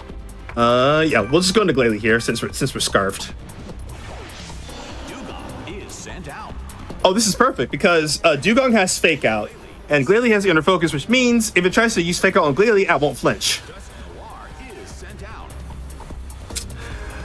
Okay, so here's what I'm gonna do. I'm actually going to switch because I don't want to explode just yet. I'm gonna. So we need to get rid of Dust Noir's ghost typing so that I can freely go for explosion. Oh, it tries to disable. Okay. And then imprison. Yeah, I believe it carries protect. So that might have been a misplay on my part, but oh no. It's gonna go for it goes for Mimic next turn to try and steal the move from me. Okay, cool. It didn't protect. So I hope this Licky outspeeds Dugong. Okay, it does. Nice. So we should be in the clear for this fight. And that is how you can use normal type moves on ghost types. You use Foresight. And also, I believe Feint is an egg move on Sableye. So what I mean by egg move is that it's basically a move that can only be taught to a Pokemon via breeding. So you actually don't get them, through level up here. So pretty cool. All right. So let's get into this. Possibly the hardest fight in the game here. I gotta think about what I should do here. So we have to go for Sableye. I'm gonna give Metagross a shot. Licky, and then Glalie is gonna have the stronger explosion. So we're gonna go into Glalie here. Actually, it's gonna have the faster explosion. I should have went into itself, but it should yield the same result. We just have to hope and pray that it'll get completely. I don't have to, have to go through this whole thing again because it takes her like 10 to 12 minutes to do, like, from the get-go. Thank you so much, game. Thank you. Oh wow. All right, we're gonna test to make sure that I do outspeed my Metagross here. Yep, we do. Okay. Okay. What if I were to tell y'all that we are most likely in the clear for a 2-turn fight, Sasha, because she did not lead with neither Deoxys nor Zelf, and this should knock out Umbreon. Yep. Nice. I always get scared when folks use words like in the clear because, like, uh-oh. Yeah. See, now, like, I do have utmost confidence, but what I have to work with is like, oh, shoot. Gotta hope and pray. All right. So now we go straight into Licky Licky. Now, chat, I want y'all to guess who has the stronger explosion. Choice Band Snorlax with self-destruct or Choice Band Licky Licky? Well, both corners still have a chance to win this. Okay, then I just explode here. Something that would sound very odd out of context. Yeah. Yeah. I'm like trying to think about it too. It's like, doesn't Explosion have like a higher power than self-destruct? It does. And Snorlax does have a higher attacking stat, but who has the stronger explosion? Ooh, I see. Like my heart wants to say Snorlax, so I'm thinking Licky Licky does. Well, since this fight is over, the correct answer is Licky Licky. But it's barely stronger too. The last time I did damage calculations, it's actually because of the base power too. Even though Snorlax has base 110 and Licky Licky has like, I think base 85, because Explosion has 250 base power and self-destruct 200, Explosion just has the higher damage calculation in that aspect. Yeah. What's really funny is that Deoxys' defense is supposed to be like one of the bulkiest Pokemon in the game, but Explosion cuts the defensive stats in half. Add to that, same type attack bonus. Basically puts it in 100% range, which is really cool. All right, so set 7 is going to be a little bit scary because let me double check to see. No, let me see what a Zelf this is running. Oh, okay. Wait, no. I'm trying to think what I should do what I should do here. No, set 7. Come on, menu. So I can't use my set 7 team because it's actually for some reason I'm not able to use it. I think Pokemon have similar items here. So I'm really thinking about what I should do here. I may have to do a quick team swap here. So actually, yeah, that's what I'm gonna do. I'm gonna quickly swap out one Pokemon here. Because I think they have similar items, so I didn't expect this to happen. I do apologize. Oh, don't need to apologize. Yeah. I mean, that's just part of playing a game rusty, no worries. Yeah. I gotta see who the culprit is, and I think it's probably Gengar. Okay, Silk Scarf.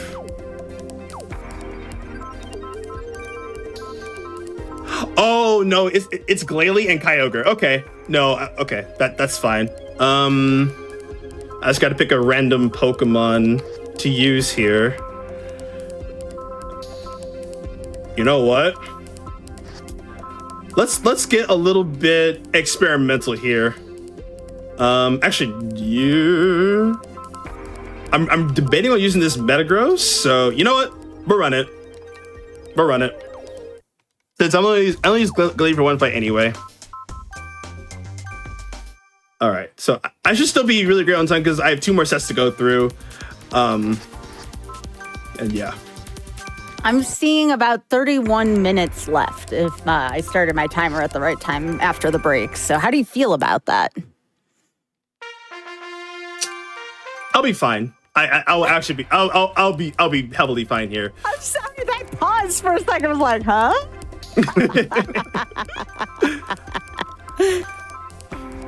Oh, this is great. So chat, let us know if you have been enjoying Mercy Kill. Also, yo, what's up, PT? Okay. Shout out to PT. Shout outs to PT. I agree.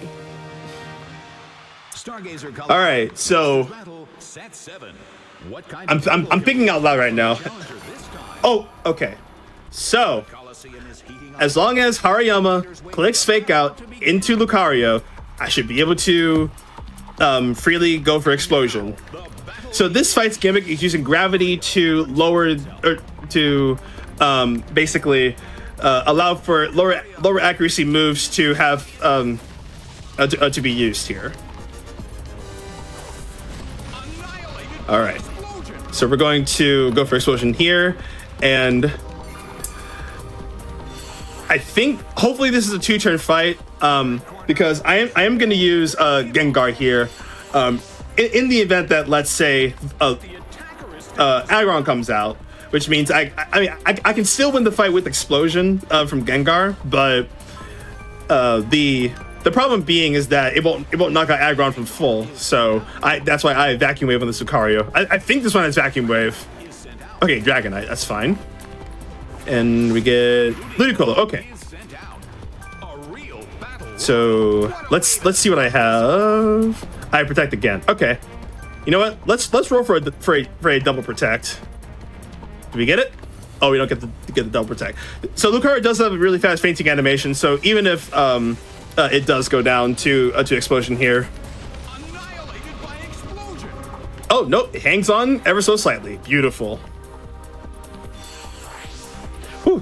Impromptu strat for that one, because the way that it was supposed to go, I was going to use Glalie to cover for fake out, and then you just explode in the first turn, and then you send in Gengar, then explode again. So the fact that I was able to 2-turn that one, that's really good. The game is now over. The blue It All hurts right. me so much to see Dragonite faint, though. What's my favorite Pokemon? Oh. I know. Well, that Dragonite is also a menace, but not as annoying as Gen 1 Dragonite. I will say that. Yeah, Dragonite's such a cute. Yeah. I think Dragonair is one of my favorite Gen 1 Pokemon that's not like an evolution or a starter or a legendary. Well, my favorite color is blue, and when I first saw Dragonair for the first time, I'm like, wow, this serpent, snake-like Pokemon, it's pretty cool. All right, so this lead is a little bit unfortunate because I actually wanted Rhyperior for this one. So Manectric is most likely going to protect this turn, and I'm gonna play for the chance that I one-hit KO Gyarados with a Helping Hand Water Spout, which probably will not happen because, yeah. Okay, that protect was inevitable, so I think it's still going to take the full damage, or it's going to take the cut damage from, it being doubles. But let's see how this plays out. Okay, so Gyarados is going to Aqua Tail Jolteon. Oh, Waterfall, yeah. Well, goodbye, Jolteon. That's honestly okay because Water Spout clings to basically everything anyway. And I believe I've chosen the right Pokemon for this as well. I chose Lucario. Okay, yeah, Lucario is fine. Because literally this fight, I just spam like Water Spout for free. So I'll just protect this turn. Lucario protects itself. So just I guess like as we're getting through the rest of this, I really hope y'all have been enjoying, Battle Revolution, and, the fact that this run is very, very much rusty. And the fact that I put it together in such short time and I can still show up like new strats. It's like, if you do follow my Twitch channel, I do have plans on actually going back and doing a full run of this, as intended. Okay, I'm definitely going to get destroyed by a Hydro Pump here, so I'll just let Lucario accept its fate here. How does it feel to run against the timer, Peas? Have you been having fun doing this? I feel like it's because I just enjoy, you know, like getting to show off, you know, what I love doing. So, okay, what's this Togekiss gonna do? Aura Sphere. Interesting. So if I were to guess, Starmie is gonna go for Hydro Pump again. So the reason why it actually outspin my Kyogre is because I'm using the lesser EV'd one as opposed to the good one, I believe. Oh, wow. According to chat, you have over 20 speedrun world records? Yeah. I got my 21st one like literally before Back to Black, and that was actually in Puyo Pop Fever, believe it or not.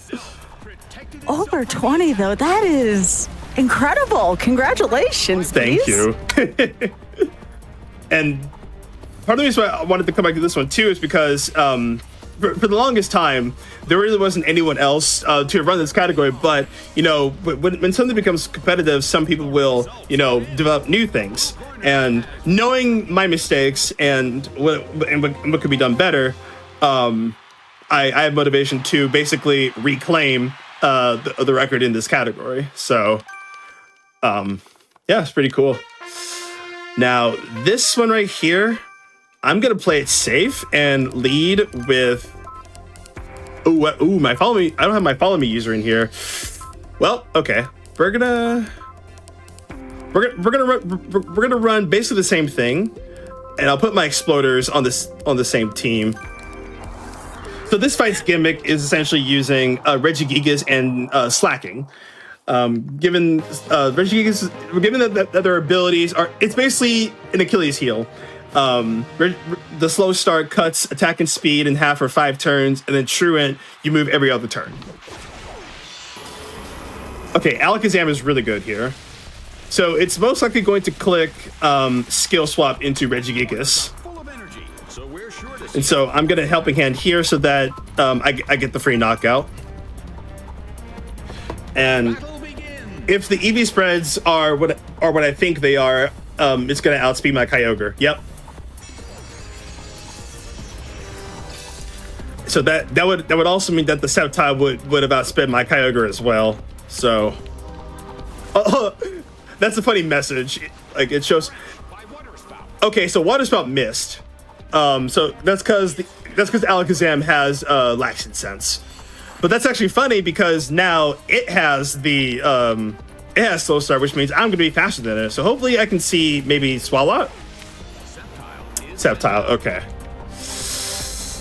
Okay, we have to hope that it looks at I'm gonna go for Hidden Power Ice just to be safe. Oh, it switches. That's right. Okay.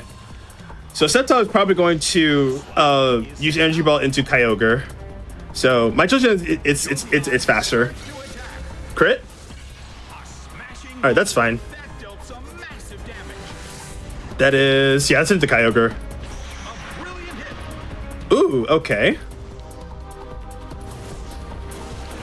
I'm trying to think. Okay, so I'm gonna win this turn because this should be a double KO actually. Since Kyogre, well, since I'm Choice Scarfed, I'm already faster than slacking here.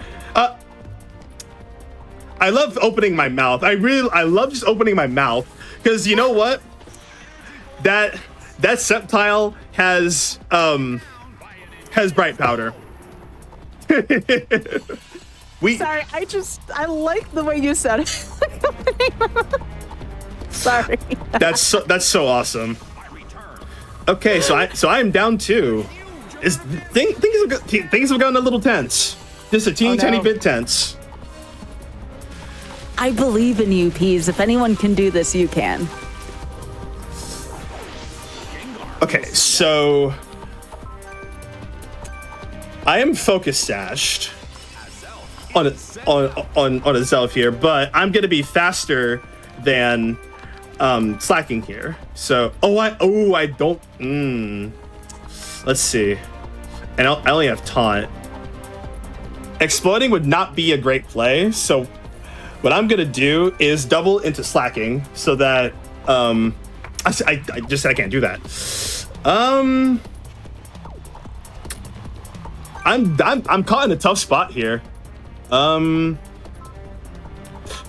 right, we're gonna pray that Thunder just knocks it out completely, and I'm just gonna go for Endure just to be safe. I gotta see who's faster.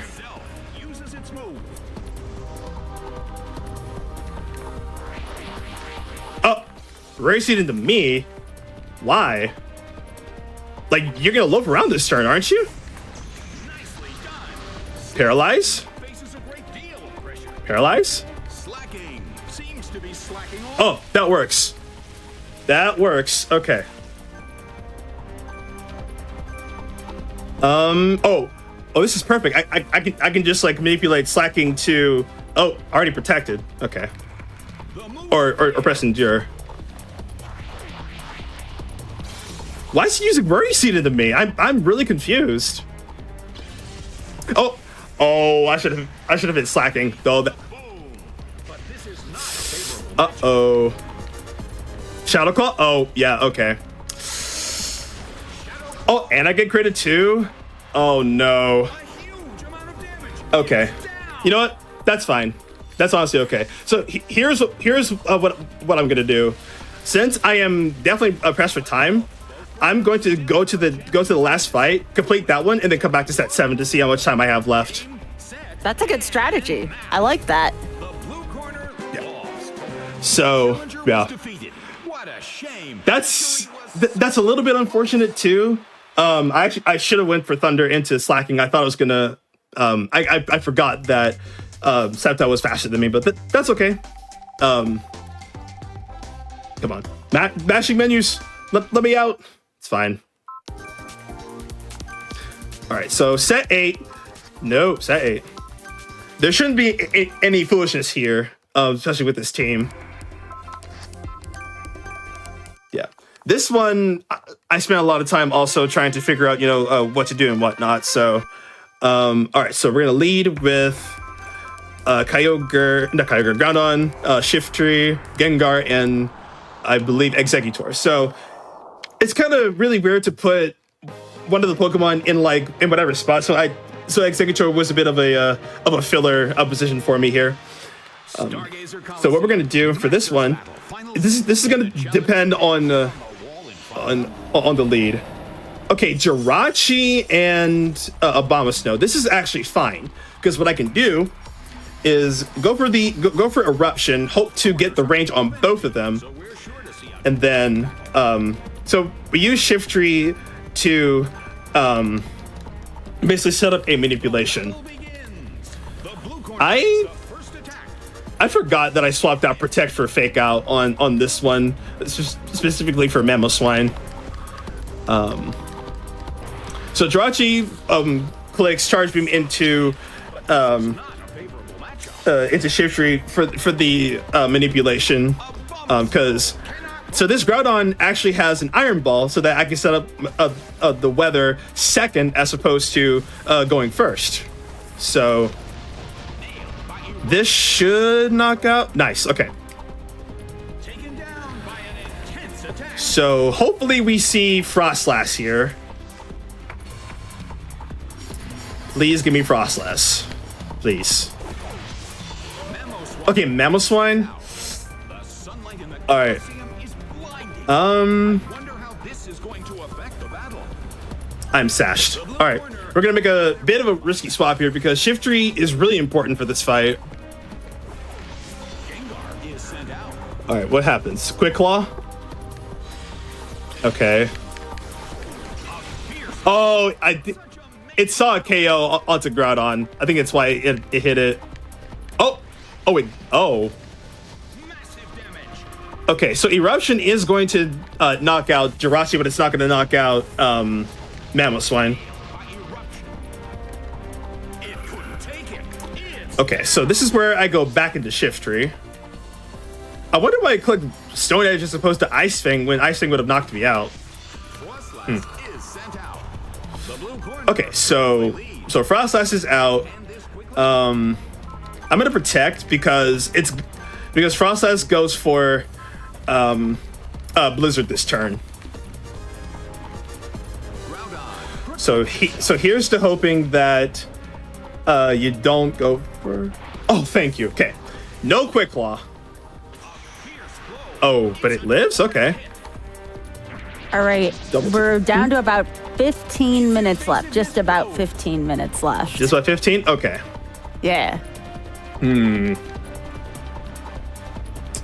So because of my RNG, yeah, okay. I think I know what I can do from here. So I'm going to go. Oh, try to Earthquake.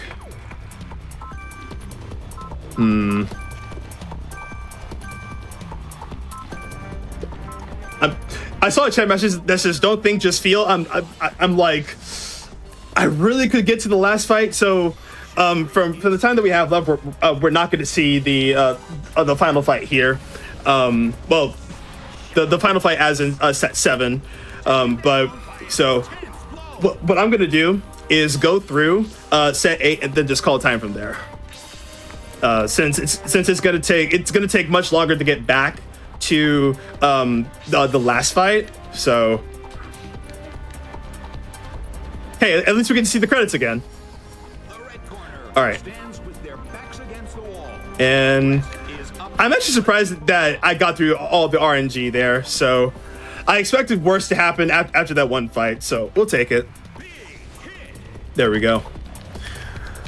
So what if I were to tell y'all that I was not supposed to get a 4-0? Like Shifty was supposed to go down. But with the cards that were dealt to me, we were able to pull through. I think that was like 4 or 5 turns. All right. So with that out of the way, we have 3 more fights to go through here. And so what set 7's final fight would have actually been a battle for Explosion. I think I can choose. I'll choose Shifty here. So this one is a little interesting because we have Gengar and Blastoise on the field. What I'm going to do for this turn, I'm going to set up Rain Dance because I thought about using Kyogre, but the Armada has a Quick Claw and will use Sandstorm to change the weather back. Speaking of Armaldo, so this is great because this sets up a manipulation to hit Gengar, and then Choice Specs Water Spout just destroys everything, barring Garchomp going in and pressing Dragon Claw into Blastoise for some reason. So no Quick Claw from the Armaldo, and there we go. Pretty nice fight. So hopefully, so I want to see Omastar and actually no Omastar. I want to see Cradily and Gliscor.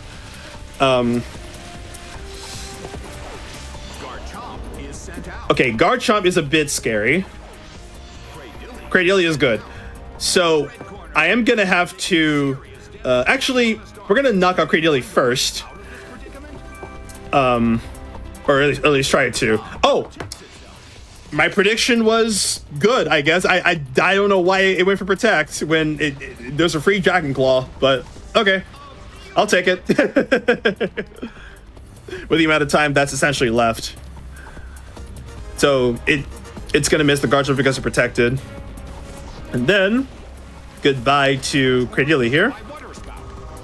So my Blastoise is locked into Water Spout, so Garchomp will go for Dragon Claw into Blastoise, which means Water Spout will do less than the damage that it was supposed to do.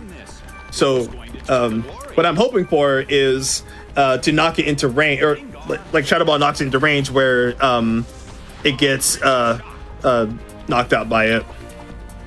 Okay, Dragon Claw. Let's see how much it does. Nice. No crit under half, we're good. Drenched by water spout. Beautiful. It couldn't survive the second hit. Whew, okay. And I'm certain that we will make it to set 8 here. Well, the final Mysterial fight before we get to the before we get to the limit, because we're gonna get like right around estimate there.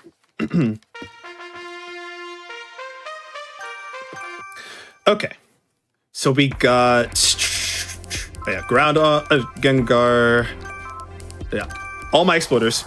So I really couldn't find a place for Executor here, but I realized that they have a Parasect. So if I can manipulate Parasect into not using Protect, I can just freely explode. Sounds funny out of context. All right, less than 10 minutes now. We just crossed 10 minutes. Oh, perfect. Okay, so Marowak. I'm gonna just go for Shadow Ball and then go for Explosion. I don't want to cause any time loss here. Oh, okay. I think Marowak didn't see a KO with oh no. Okay, cool. I did not explode into thin air. So that's good. So it's gonna be a 2 against 1.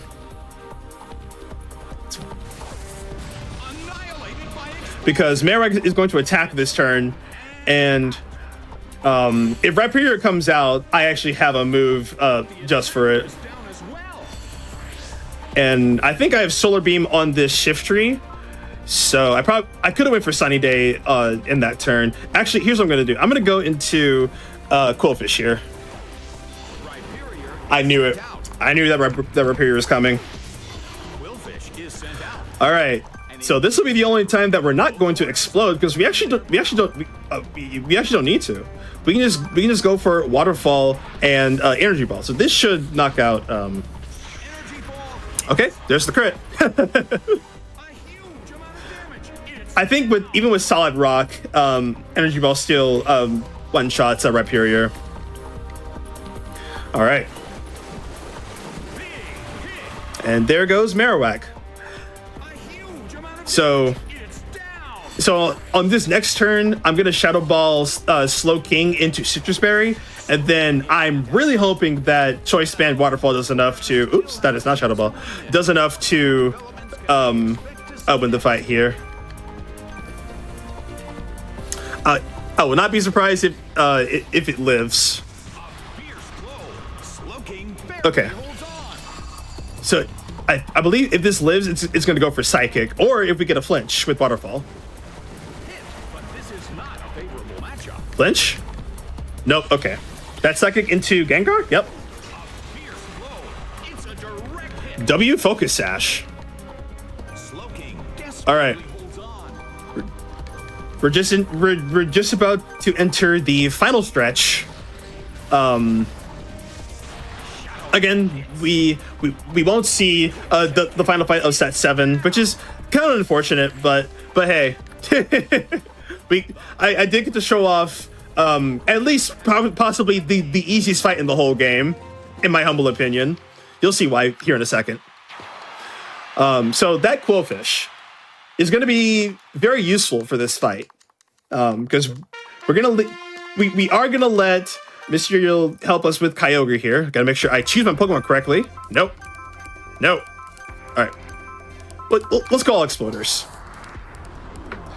So you said we won't be able to see that last fight of the set. So at the end of this, would you consider the timer defeated, or what do you think? Because I'm still learning about like the category for this game.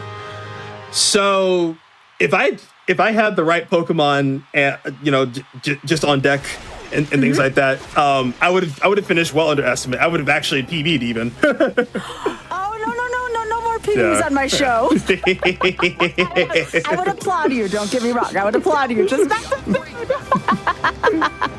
food. So for the record, this is actually one of the fights where the Pokemon that I want actually matters, because Mewtwo has a very fast fainting animation. Now this Kyogre actually has, it's supposed to be similar to my Kyogres. It's Choice Scarf with like 31 IVs and everything. Because we have Swift Swim, we outspeed for free and we just knock it out. And then I believe I went for Sunny Day this turn. If I did not, then that's gonna be bad. Because I need to change the weather to Sun, and then send in Shift Tree, and then Explode. And then that's just gonna be the fight. Now I could finish it with Executor, but its explosion is gonna be weaker. Oh my goodness. Oh, that's the best possible combination you could actually get. Because Latios and Mewtwo have very fast fainting animations. But Kyogre and Palkia are guaranteed. And that, well, once we get both knockouts, that is Pokemon Battle Revolution, which unfortunately Mercy killed. So that's all right. It's still a win in my heart, okay? Yeah. And I literally put this together like sort of on a time crunch because of everything that I've had to prepare. So but yeah, shout out to you, Sky. Like literally, like thanks for having me. Like I love that I get to show off something that I've been working on in the meantime. So basically, treat this as more of a workshop run. And so, of course, yeah. And so, time is going to be when the screen fades out. Yeah. Doing one last little victory time. All right. Well, thank you so much for doing that. I'm sorry we didn't get a chance to see all the battles, but you know what? You did a great job. You were a great sport, and you put up a heck of a fight. So I appreciate that.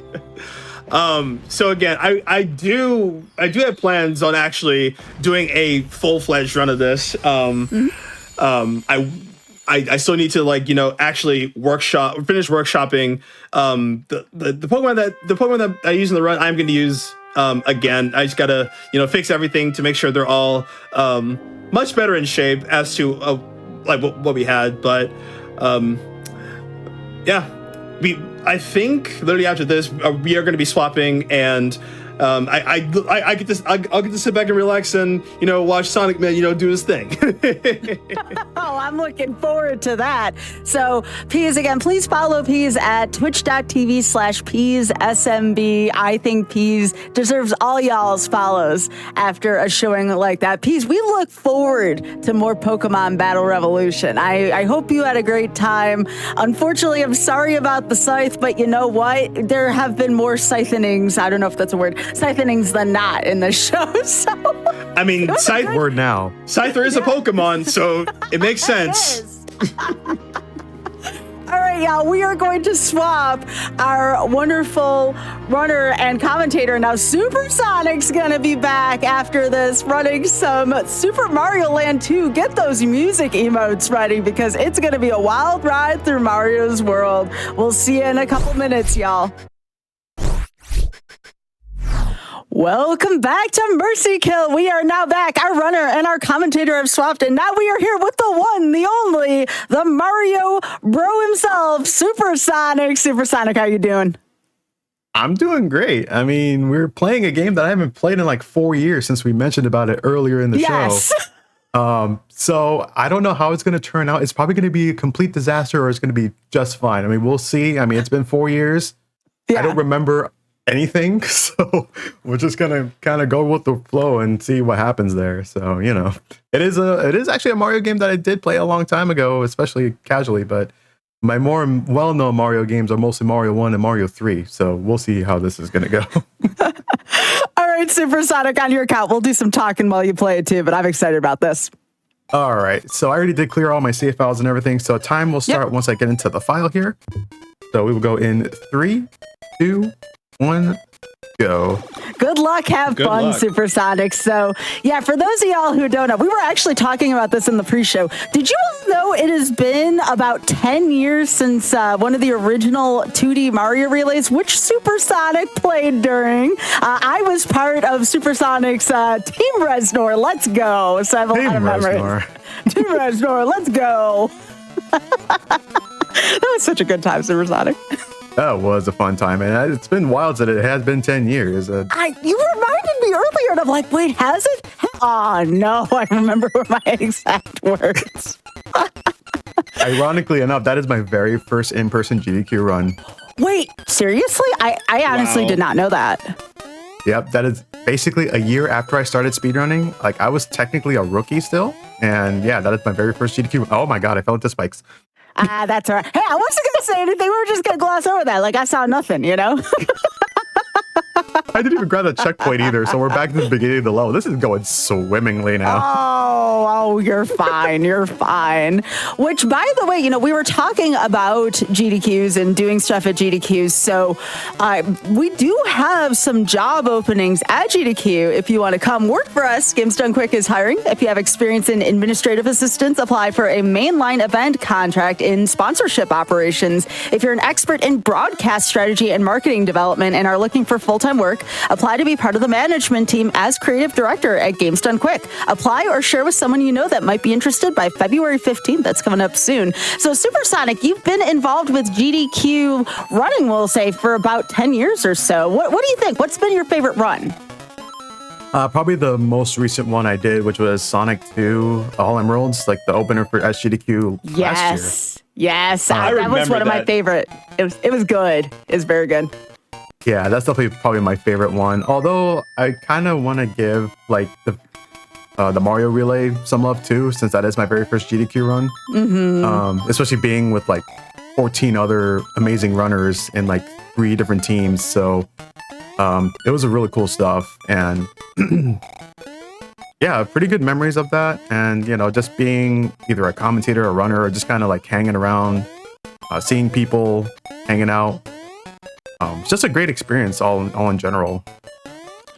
Yeah, I'll tell y'all, one of the best memories I have of Supersonic. Supersonic actually showed me how, I did not have the courage to pick up the controller, but Supersonic actually showed me how Metro 2 and 3 worked at one of the Coliseums we were at together. So I'll tell you, that was wild seeing you do that on an actual CRT, Supersonic. What a treat.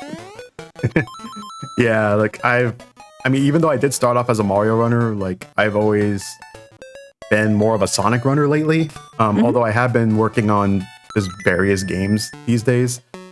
Since I am doing a thing where I'm learning a new speedrun every month this year. And so there's like 12 different games. And I finished learning Majora's Mask last month. And I'm currently working on Super Valis 4 this month. And it's just been a really fun experience getting to learn games that are outside of my comfort zone, since I'm more of like Mario and Sonic. But just being able to learn different games and just kind of, you know, just get my feet wet into that kind of like different genres. And, you know, just I feel like speedrunning as a whole kind of gave me that motivation to do so. And especially like with GDQ and watching like, you know, like how people will pick a game just randomly and just learn it. And then, you know, they'll just arrive at a GDQ or something with that same game. So it's kind of like pretty inspiring to do stuff like that. So let me ask you this. I don't want to put you on the spot, Pease, because you are like the newer runner out of myself and Supersonic. Have you ever heard of the 12-hour challenge? Yes, I have actually, and All right. I did one like some years ago. My first and only 12-hour speedrun challenge was Minecraft. Never doing that again, because not only have I never played Minecraft up until that point, I could not do anything. That was still admirable of you to take on such a giant project, though. Like, still kudos for even just picking it up and giving it a whirl, you know? Yeah. Now, you Supersonic, I know you've done a 12-hour challenge. I have. My very first 12-hour challenge was Super Metroid. Oh, my. Y'all being so ambitious here. Oh, my goodness. Dang. Yeah, so the story was like, it was myself, Kiru, and another friend of ours. We decided to pick up a speed game, and we decided to pick Super Metroid. Oh, I did not mean to fall there. Oh, I'm going to fall the entire way. Okay. Sorry, that was like a very classic Mario moment. That was not on you. The kick is up and it's good. Anyways, go ahead. What were you saying? So yeah, we decided to do Super Metroid, which was, as you said, a very ambitious game. It took us the entire 12 hours just to beat the game. We never did a run. in a sense, it's like, okay, well, it took us like about 5 hours to beat Ridley. We just couldn't get past it at all. But then, like, once we got past Ridley, then it started to get a little easier from that point. But even so, like, the Mother Brain fight was still kind of difficult. But yeah, that was like my first experience into speedrunning. And then I did like a few other 12-hour challenges as well. I don't remember which ones exactly, but there were some good ones. Like, 'cause I think Zelda 2, The Adventure of Link, is probably my favorite of the 12-hour challenges that I've done. Yeah, I hear in general, if you're looking for a game for the 12-hour challenge and you don't want to feel too terribly overwhelmed, that the Nest has several good selections for that. I know one that's kind of the classic, and you don't even need 12 hours for this one, Strider. I've heard that one is quite the classic to pick up as an early speed game. I heard that anybody can Strider. I too have also heard anyone can Strider. Absolutely. As a matter of fact, wasn't there a Strider demo at one of the GDQs, like a teaching someone how to Strider? I could have sworn I remembered that.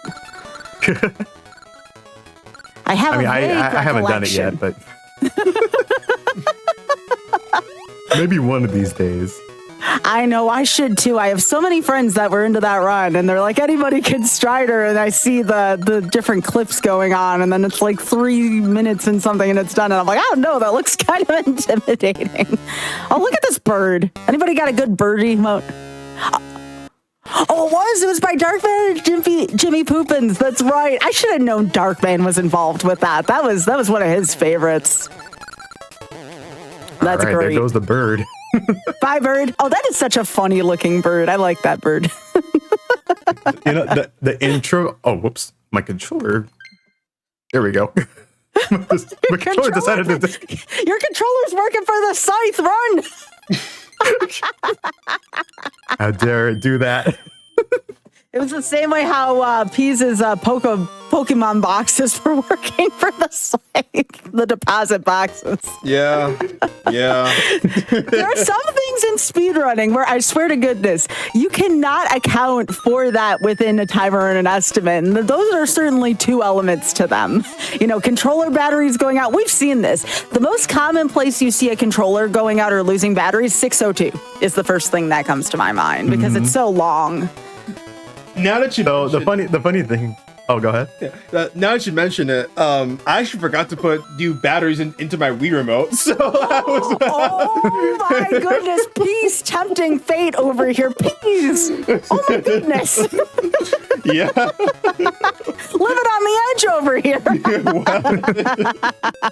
I don't know, Supersonic. How are you? Actually, you're using a Pro controller, right? You should be fine there. Actually, I'm using an Xbox One controller on a Switch. Oh, really? So, yeah. I have to use a controller converter because my Pro controller doesn't work. Oh no! I gotta get you one. We gotta find you one. I had quite the ordeal with this. So originally I was gonna play on GBI, which is like the Game Boy player and everything for this game, but my GameCube decided not to read the discs for the application that I was trying to go into. So then I switched over to the Super Nintendo with the Super Game Boy 2. Since the Super Game Boy 1 has I think a faster overclocking or something. Then my Super Nintendo doesn't turn on because the power supply is bad.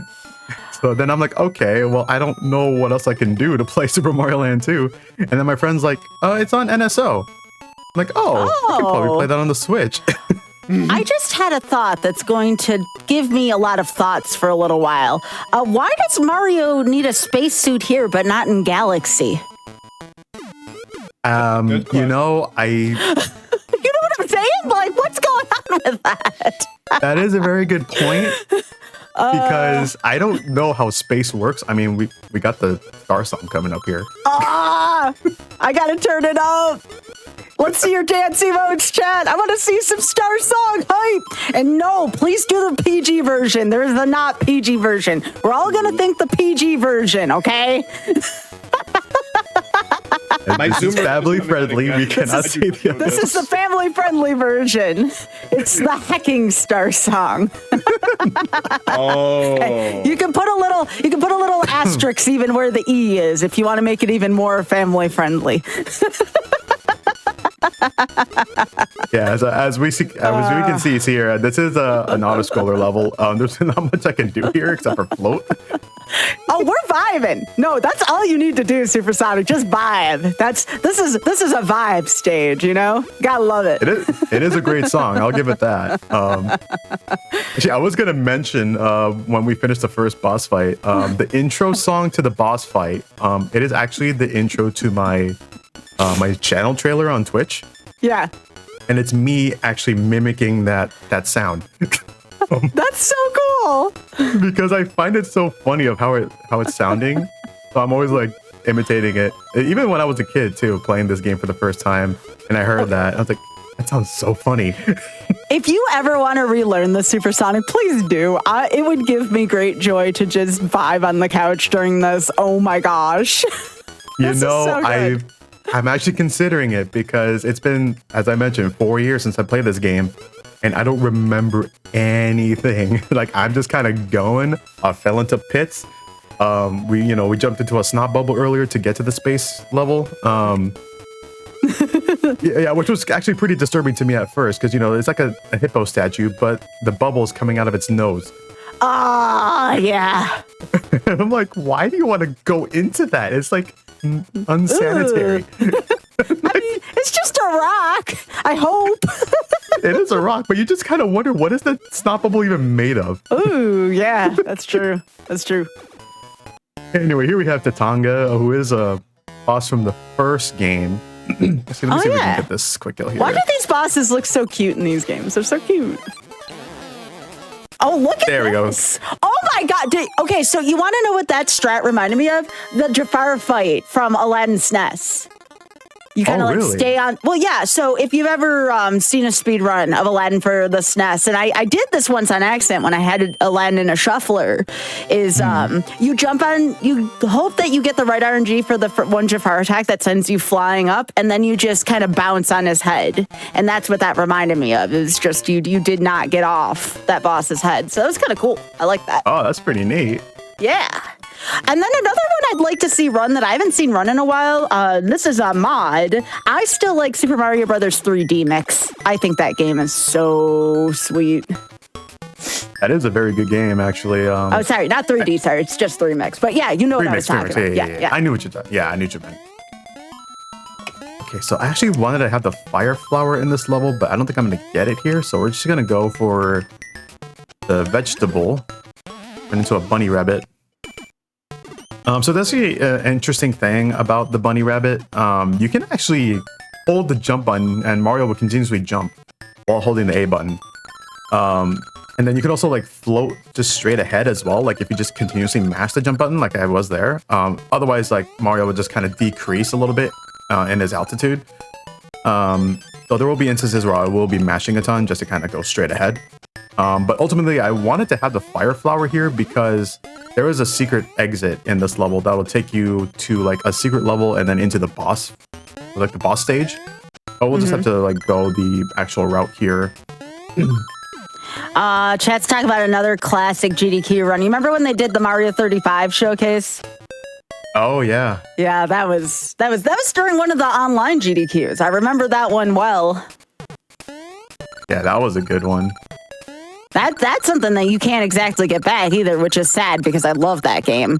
But that was something we had the opportunity to have here on GDQ, though. And again, all these are available on YouTube. So you all want to go back at some point and take a look at some of those classic GDQ runs. Go for it. I mean, there's a lot of good memories there. You know, I honestly wish they would bring back Mario 35 and not have it as a limited capacity. But, you know, they have like, what, F-Zero 99, Tetris 99 or something like that. Yeah, I know someone who ran Tetris 39, 39, I can't say. Tetris 99. Yeah, 39 would be a little easy, right? Tetris 99, and he's right here in the call, actually, Richard. No, Richard did a really great job of running that last summer. It was a lot of fun. Another really good classic GDQ run. And the unique thing about it was that if you were fast enough, you could actually get into that game and play alongside Richard. I remember Richard was trying to talk somebody into MSF it playing at the same time. It was That's great. pretty cool. Yes, that was a lot of fun last year. So I can't wait to see what the games committee cooks up this year. So what are you all submitting? With that being said, to us, GDQ, any ideas? I'll let you go first, Peace. Yeah. So earlier I mentioned that the theme for my submissions are going to be anniversaries. So basically, I'm submitting Monkey Ball, Sonic, and Puyo since... actually, maybe not Sonic. I'm not so sure what I can do with any other Sonic game at the moment. Maybe if I learn right, that's not going to happen. But mainly, Monkey Ball and Puyo are the big anniversaries that I'm looking at right now.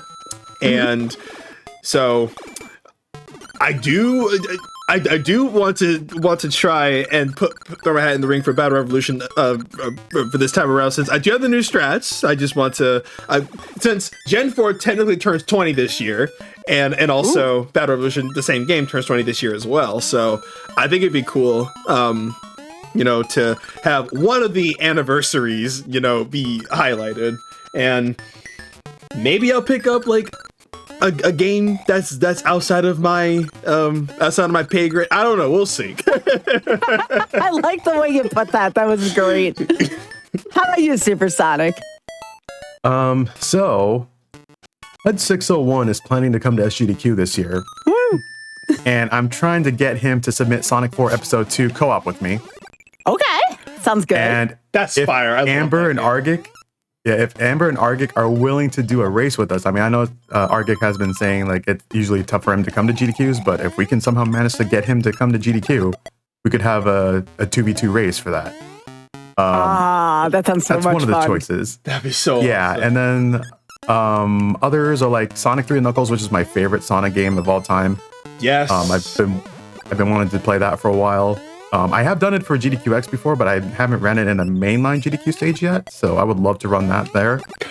And then Sky and I were talking about this like during one of the breaks. I feel like we should do a 10-year anniversary of the Mario Warpless Relay. That would be next year, right? This year, actually. That'd be 2020. Oh, is it this year? This year, yeah. Oh, we have to work quickly if that's the case. Oh, yeah. Wow. Work quickly if we're doing that. We Yeah, should somehow. have a discussion about that very soon if you want to. I mean, I can do it too. I mean, I've played plenty of Mario games. Yeah, I mean, Thing about me, like I talk about this often. I'm not a master of 2D Mario games, but I'm pretty well rounded in pretty much all of them. You put a controller in my hand, I can be pretty confident at most of them. But the one I plan on submitting, that I'm gonna keep submitting until it gets thin, is I've developed a short category for Forbidden Memories, and myself and Spike Vegeta really want to run it. It's like an hour or so, and it's basically you take whatever deck you're dealt. You don't like riffle through decks at the beginning, and you just go and first one to beat World Championship on 15 card wins. So you just do the first tournament. So none of that final 6, final 7 stuff. Like just good, clean World Championship. Everyone knows these characters, kind of vibes. So I would love that to be a thing. But if you want to do the relay, Supersonic, we need to talk soon because we got to get people together if we're going to do that. for sure. I mean, even if we don't have the originals for it as well, like we could definitely get some new runners in it for that. Oh yeah. But ultimately, it would be pretty cool to have the originals. Oh, definitely. Yeah. I mean, and I shouldn't say that. I am pretty well practiced. I was in the Nintendo World Championship race about a year and a half ago now at this point. So at least the games in there, like, I'm still perfectly versed at. I'm actually probably one of the more, we'll call it sort of active Lost Levels runners right now. That's one of those games that I can pick up and I'm pretty good right at it. Nobody ever wants to do Lost Levels. You realize that, Supersonic? You and I are like, oh, we can do it. And the funny thing is, like, about Lost Levels in general is, like, when we did the relay, I absolutely refused to play the Super Nintendo version. I remember that. Yeah. I was like, I want to play FDS. I mean, the other guys can play on Super Nintendo, but I'm going to be on FDS for this. I prefer the Super Nintendo version, but I think that's just because that's what my muscle memory is familiar with. However, I feel like Lost Levels is one of those games you either strongly prefer one or the other. It's not whatever, so I get that. Yeah. I love Lost Levels, and I believe, and you can correct me if I'm wrong, Supersonic, you and I both like running Luigi in that game. Luigi, I ran into that Goomba ghost. It's okay, it's at the beginning. Yeah, Luigi is very interesting to play as in Lost Levels because of his floatiness and then his acceleration and stuff of that. There has been instances where, actually, I think I played as Luigi mostly in online Nippon Super Mario Brothers, not in actually Lost Levels. But it's still like pretty much same concept and everything. But I've always been used to playing as Mario in Lost Levels. Oh, yeah. But I feel like Luigi needs to make a showing at some point. Because he is the better bro after all. He is the better bro. I love Luigi, okay? Luigi's great, especially, and I actually play Luigi in both Mario 2s pretty frequently. I like the floatiness. I feel like I have more control, believe it or not, with that. So I certainly prefer him. Yeah, absolutely. But yeah, the Worthless Relay was cool. Also, speaking of folks who've run very successful relays, we do have King J in the chat as well, who ran go back and check it on YouTube. I know I sound like a broken record, but I mean it. The 70-star relay, which was quite the undertaking. That was talked about for quite a long time by the 2 and 3D Mario community. So to see that actually pulled off and organized, and I can feel it over here from King J saying, yeah, organized. Holy moly. But here's the thing I liked about it. And if you were at GDQ in person, I talked about this the last time I did Random Number Generation as well. You always saw someone helping out someone else in the practice room. And I feel like that was the real gem of having such an inclusive relay at the last GDQ is there was always someone around to help out. There was always people around to support in the practice room. And it was overall a really good and wholesome experience. And I feel like that is what speedrunning is about. So even though we didn't see that part of it on camera per se, there was a lot of love that went into preparation for that. Mm-hmm. Where is this witch going to be? Here, Oh, that bird's back. Now it's just a bird witch.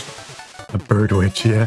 It is. Look. It's a bird I can kind of see that. Yeah. All right. Left, right, left.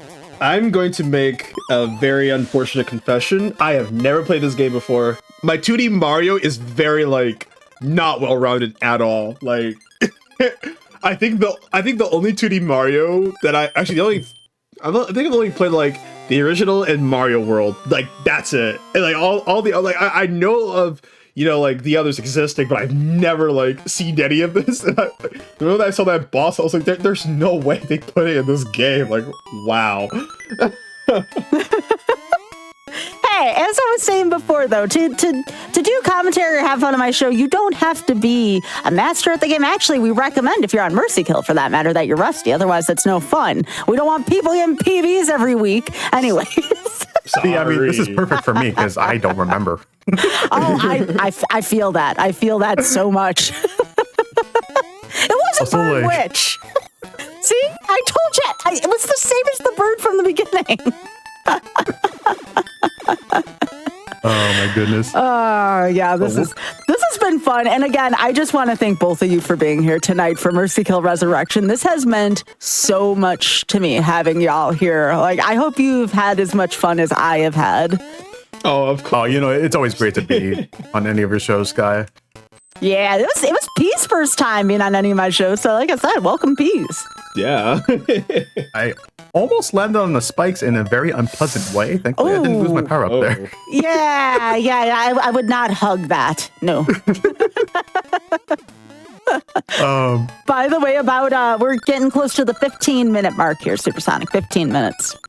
All right. I think we might be fine. We'll see. Supersonic's we're just having a good time. Yeah, it's the one thing I love about Mario Land 2 is the music. Mm-hmm. This song in particular, there's a part of it, it's coming up right here. like that. It sounds like it's saying cha cha cha. Yes, of course. I can't unhear that. That's happened a lot. I think that may have been Darby and her deer's fault, but yeah, I've heard that a lot. No, the music in this game is so good. Yeah, like I love it. And like this song, it reminds me of the ABCs. Except I think it may skip some of the letters, but 1, 2, skip a few ABCs. Yeah, who's counting, you know? yeah, I think it skips like W, X, Y, and Z if I recall. But yeah, it just kind of matches with that. All right, let's see here. I know there's gonna be Okay, that guy. so more question about this game. Bowser's. I'm pretty sure Bowser's not the main villain in this game. Is it the same? Was it a frog that like captured it's Daisy? not. It is not Wart. No. No, it's actually Wario. Yeah. who's That's the main right. boss of this game. That's right. Okay, yeah, I remember now. Isn't this also Wario's first game? Is it? I think so. Is this before like Wario's Woods or anything like that? I believe it is. Interesting. Because I think this game came out in what, 92, 93? Everyone get out your dancing emotes again. This is a good one. Oh my gosh, look at Supersonic just float. All right, that's impressive, Supersonic. I mean, my old hands tried to do that and be like, nope. I'm not a very good matcher either, but it somehow works out. No, it looked good. It looked good. You looked like you were hovering indefinitely there for a sec. Well, until you had to go past the obstacles. Yeah, I want the fire flower here specifically for the boss fight because we're going to be fighting the 3 little pigs. Oh, there you go. BD says it's the first Wario appearance. Also, hey, BD. Yeah, there we go. All right, let's see here. You're platforming on Legos. Yeah. That probably doesn't feel very good on the feet. Yeah. Oh my gosh, I didn't even consider that, Supersonic. No. Oh my god. It is 3 little pigs. Oh my. Wow. It's 3 little pigs. Yeah, is that cute? That's a cute boss. Supersonic's like, this ain't cute. They're trying to get me. Well done. That was a really well executed boss, Supersonic. Oh my gosh. See, still, you can run this. I'm seeing it. It's a little rusty, but it's coming back. It looks good. A little rusty, yeah. I mean, we got 5 coins so far. We still need 1 more plus the final fight. So we're at what? About 12 minutes. Yeah, it'll be fine. Ooh. They're just 2D Mario games, Supersonic. How long could they be? Let's see. I mean, especially with Turtle Zone here. Got a lot of water to deal with. I feel like they're called zones because, like, Sonic. They're definitely starting to compete with Sonic. Like, look at You know, that is a good point. They were probably competing with that because they know, like, Sonic is out and then they got to do something to kind of shift the attention away. This is a great comment, by the way. It said, this game's lore is wild. Apparently, Mario has a castle that he abandoned. Wario claims squatters' rights, and now Mario has to evict Wario from his own home. Dang, that is deep lore. Oh, I did not want to lose a fire flower there. So Wario gets evicted and then just, you know, develops his own games. I guess. You know what? More power to him. Makes a friend named Waluigi. Yeah. I mean, he's got to make the cash money somehow. Now I know Supersonic will know this one. We know it's not all about Wario Waluigi. Who did we have in the Super Mario Brothers battle game? Paolo and what was the other one? Carlo and Rico. Carlo and Paolo, yeah. So we have this Super Mario Brothers 3 battle game. It was always a staple whenever our friends hung out. Like, no matter, Supersonic knows what I'm talking about here. Oh, yeah. Mario and Luigi needed brothers, and I don't know why it wasn't Wario or Waluigi. Probably because they didn't look like them. So we made Carlo and Rico or something like that for there. And I think we used it for the Super Mario World 4x4 as well. So yeah, what were you saying? Go for it. Yeah, it was actually Paolo and Carlo. Paolo and Carlo. There you go. Yeah, and I remember those vividly too, because whenever it's like Arbian and TMR playing, like they were so competitive. They really were. They got really intense about it. Didn't Blackie join them at one point too. I think so. Like there was just a bunch of us just joining in, just getting our rounds in, and then here you have Darby and just talking trash to everybody, which is hilarious to even think about. He got so competitive at that back when we used to have our own event with him too, but the ones we had at his place. And yeah, I can confirm he was a bit wild with that game. And it's so much fun too, because like, you know, you get to have 4 players on a Super Nintendo with the multi-tap, I think is what it's called, right? Yeah, the multi-tap. Yeah. And you'll see it in the practice room every now and then. Now, it's not as common as Pringles. So again, there's a lot of practice room lore going on here. There's always Pringles. Yeah. That's always like, if the Pringles aren't there, the world is kind of ending. Okay, we need the Pringles in the practice room. That, you know, I've always wondered about this. Yeah. Like, whenever they display the Pringles there, can you actually eat those? I would say I don't know if I would trust if they were open, but if you're the first one to get to them, I mean, sure. I don't see a problem with that. I was so tempted to eat those Pringles, but I just never did. Make sure you at least return the can to the display when it's done. I'm sure by the end of the event, someone has eaten the Pringles. We're not going to let those go to waste, okay? Oh, yeah, for sure. And for the record and for a disclaimer, this is not brought to you by Pringles. It's just a practice room thing. We're just throwing in sponsorships like out of nowhere. It's like, No, that is though. That is practice room lore though. There's always the Pringles. What is that hitbox? Not only that, I just like kind of floated to it. Yeah. It looked like it was just like drawn right to it. Yeah, that made no sense. But anyway, I went in a circle. That was the other thing. So at the last GDQ, I want to say it was then or at GDQ, somebody put a can of Lay's stacks in there. And I remember going in the practice room and just shaking my head at the Lay's stacks that was amongst the Pringles. And I'm like, this is heresy. Someone thought they were being really funny there. They tried. They did try, but it was very disappointing, all right? Oh, heck. That's been good reliving old memories. This is good. Okay. I was like right at the end of the level too when that happened, but okay. Isn't that always the way? I swear to goodness.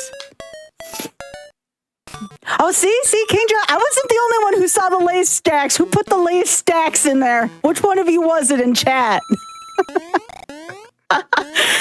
Someone in YouTube chat. It was me. Yeah. First comment. It was me. Yeah, someone's gonna put that in there. That's a future comment for this video. Also, hello YouTube again. I will not be able to respond because invariably it probably won't be live by the time you see it, but that's okay. You can still put "it was me" in chat. All right. Oh, this game is so good. Yeah, what's up? Yeah, we're like inside a whale, so we got like the blubber, the baleen. I mean, I think that's baleen. I think it's a blue whale, so I think blue whales have like baleen teeth. And then like the other kind of whales, like killer whale orcas, like they have teeth, so they're like. I remember learning this back in elementary school a long time ago. I don't know why that memory just came back to me about like baleen and stuff like that, but blubber I remember. It's a good thing that whales had. And now we're heading into the boss fight, which is the octopus. I think this one's gonna be fairly quick here. I hope. Oh, this one doesn't look like a bird, at least. This one looks like an octopus. It is an actual octopus. Yes, there we go. So we just gotta stomp on them all 3 times. Yo, let's go. All right, you got about 6 minutes left, Supersonic. Can you do it? 6 minutes and we got 1 more level, so it's gonna cut it close. All right, we're rooting for you. Good luck. We're all counting on you. Chat, let's cheer on Supersonic. First of all, you can cheer on Supersonic by following him. Twitch.tv/supersonic_. And Supersonic, are you on YouTube as well? I am on YouTube. You can find me at it's the same name, except it doesn't have the underscore. You actually use the number 71087. You can like find like the Supersonic and Typhlosion like Sonic and Knuckles style logo. That's me. Also, we're going into this level here. This one's gonna be a little scary. I'm gonna grab this mushroom for safety. But yeah, I mostly do a lot of my streams on Twitch. I have YouTube just for like PB videos and Sometimes I'll put like compilations and stuff like that of anything that, you know, funny and stupid happens in my streams. I would like to have some like comedy and such.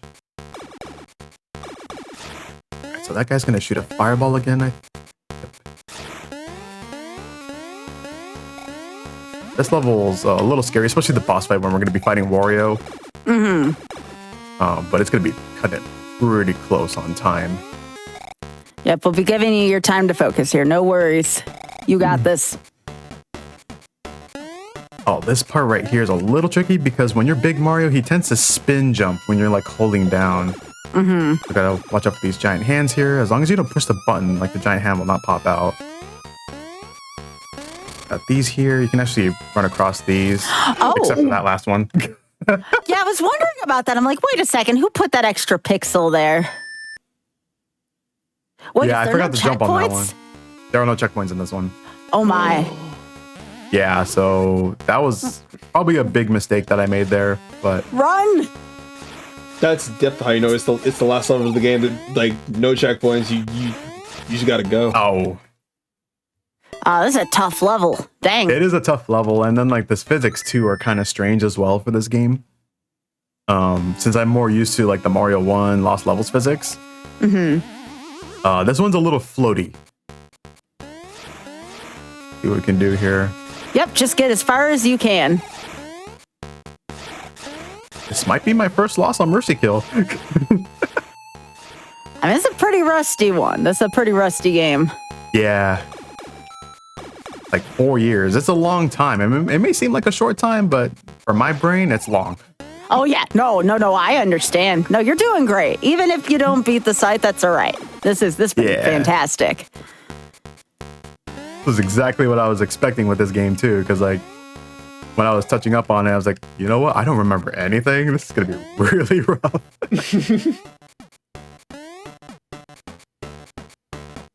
All right, let's see here. With the hands. Let me see if I can try to jump on that last one. This is the one right there. There you go. It's a little safe. Only problem is normally you want to have 99 enemies killed up to this point so you can actually get the star to beat up the Wario balls. But we only have 74 kills in this case, so we're going to have to jump on it or do a spin jump to do a one-hit kill.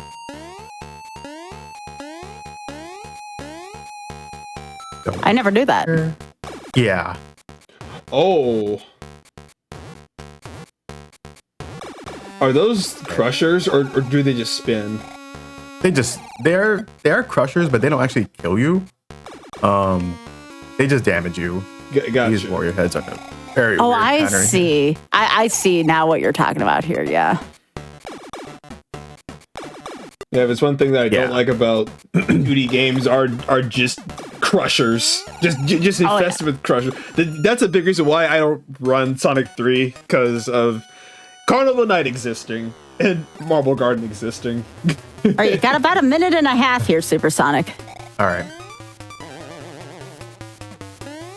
I see where Pizza Tower got their inspiration from. Oh, yeah. We end up dying here. That'll be a little bit bad because we don't. But I don't think it's gonna put us back at here. Okay, Nice. We got 2 more phases.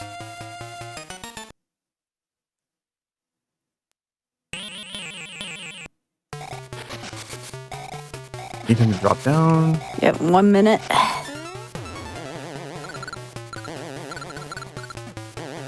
All right, well, 1 more phase. Oh, come on, Supersonic. This is going to be close.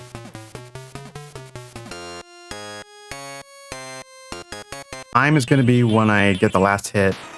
All right. 1, 2, and time. Oh, my gosh! Nice. He did it! He did it! I'm going to get the official word from Richard here in a second as to how close it was. 38 seconds left. Supersonic has done it. Defeated the Scythe.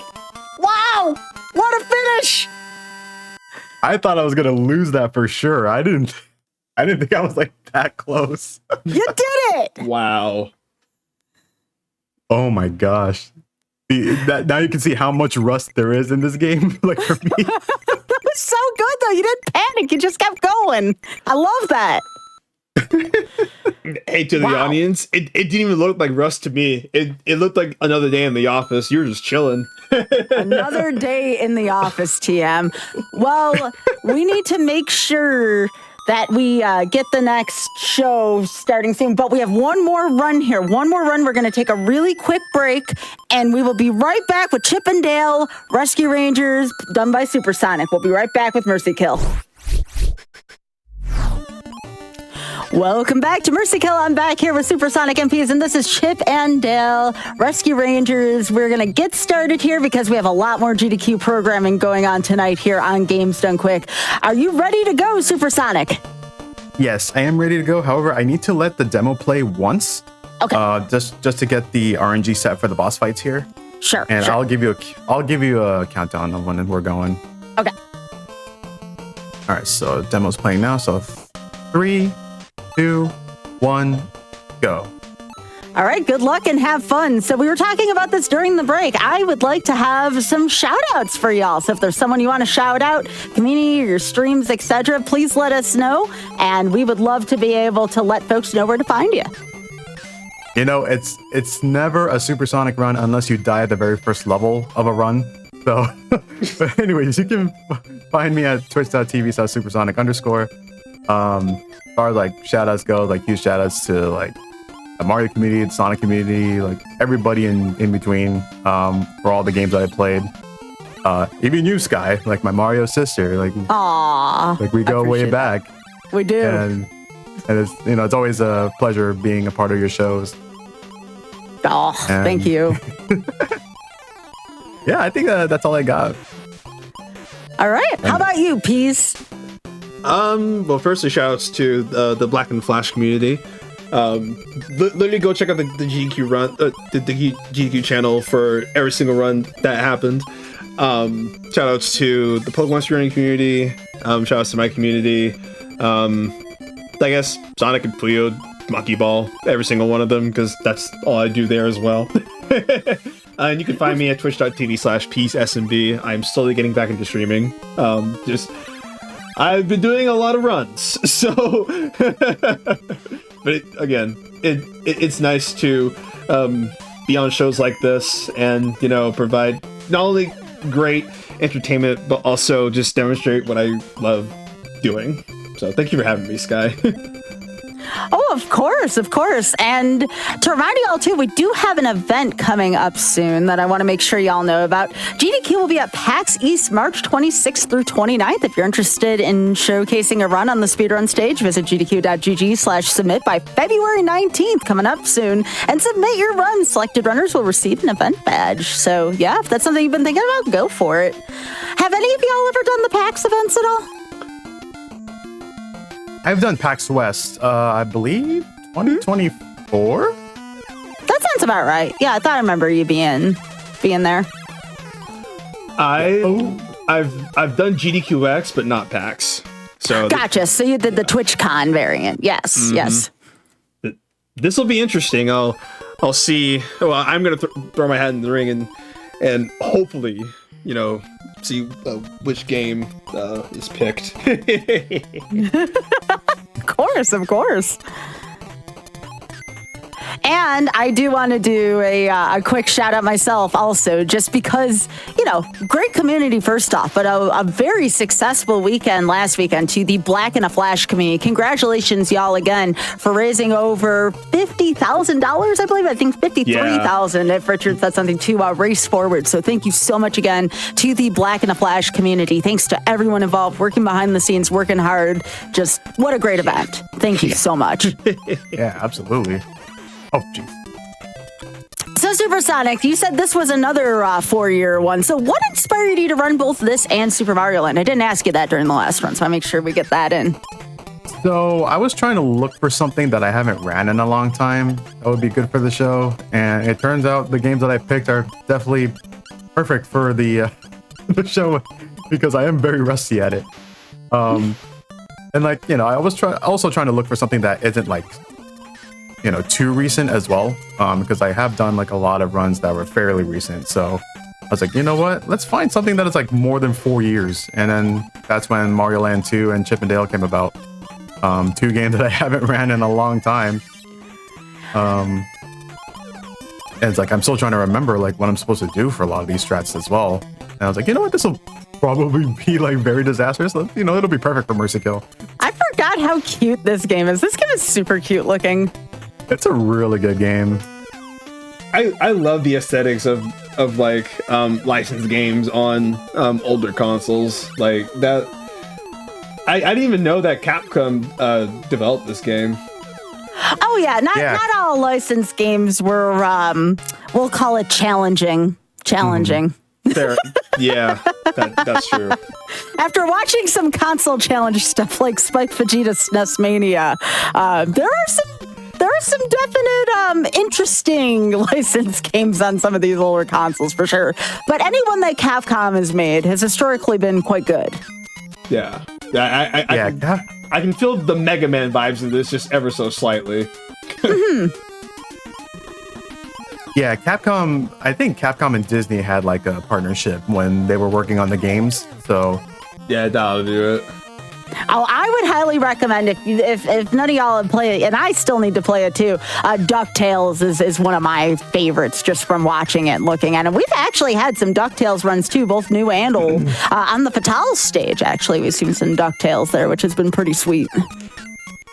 Oh yeah, DuckTales is awesome. Like, it is such a fun speedrun. Very short too, and I fell in the hole.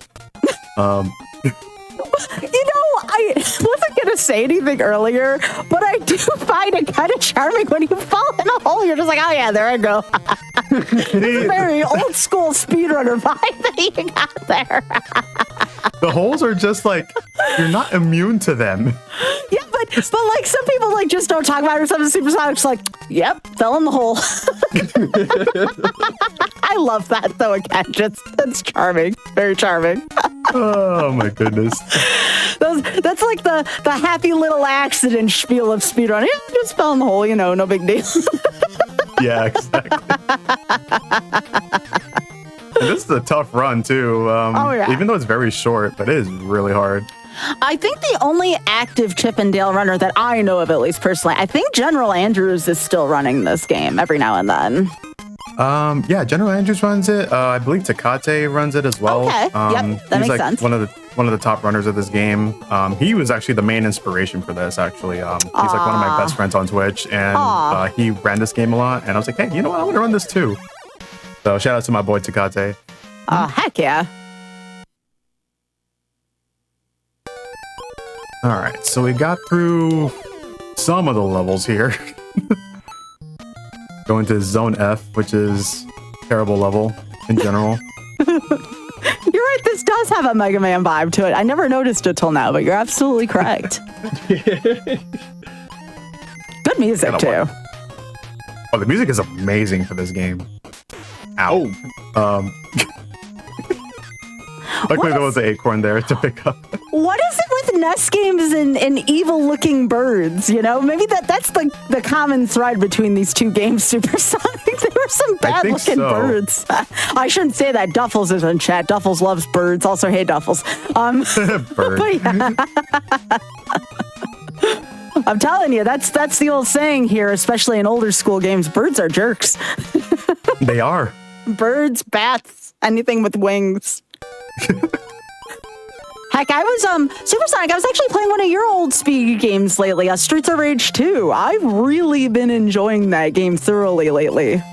I love that game. So good. Highly recommend that and you don't even have to mash that hard. Honestly, it's one of the more forgiving beat 'em up games for your hands. Yeah, absolutely. That's another game I need to come back to, actually. Like, oh, you should. You should. You do that. I'll do comms. Like I've been playing that game so much lately. Oh, who is your main in that game? I mostly play as Axel, or sometimes Blaze. Okay, yeah, those are the two I've played as. I'm having issues trying to complete the game with Skate or Max right now because I did the first two for YOLO, and I was wondering if you main Skate or Max at all. So I tried Skate. Skate's actually pretty fun to play as, although he is weaker in terms of strength. Max is slow, but he is powerful. But I've always had a tough time playing as Max.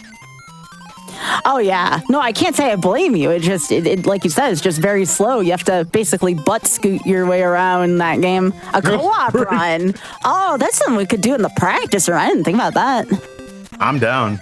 Oh heck yeah, that's actually a really good idea. Yeah, let's do it. Yeah. All right, this boss here. I'd have to learn the speed strats though from Supersonic. I only have about an hour time in that game. That game's like half hour long if I remember right, if it's done really fast. I think my fastest time is done with Axel. I have like a mid 27 with him. That's really good. Wow.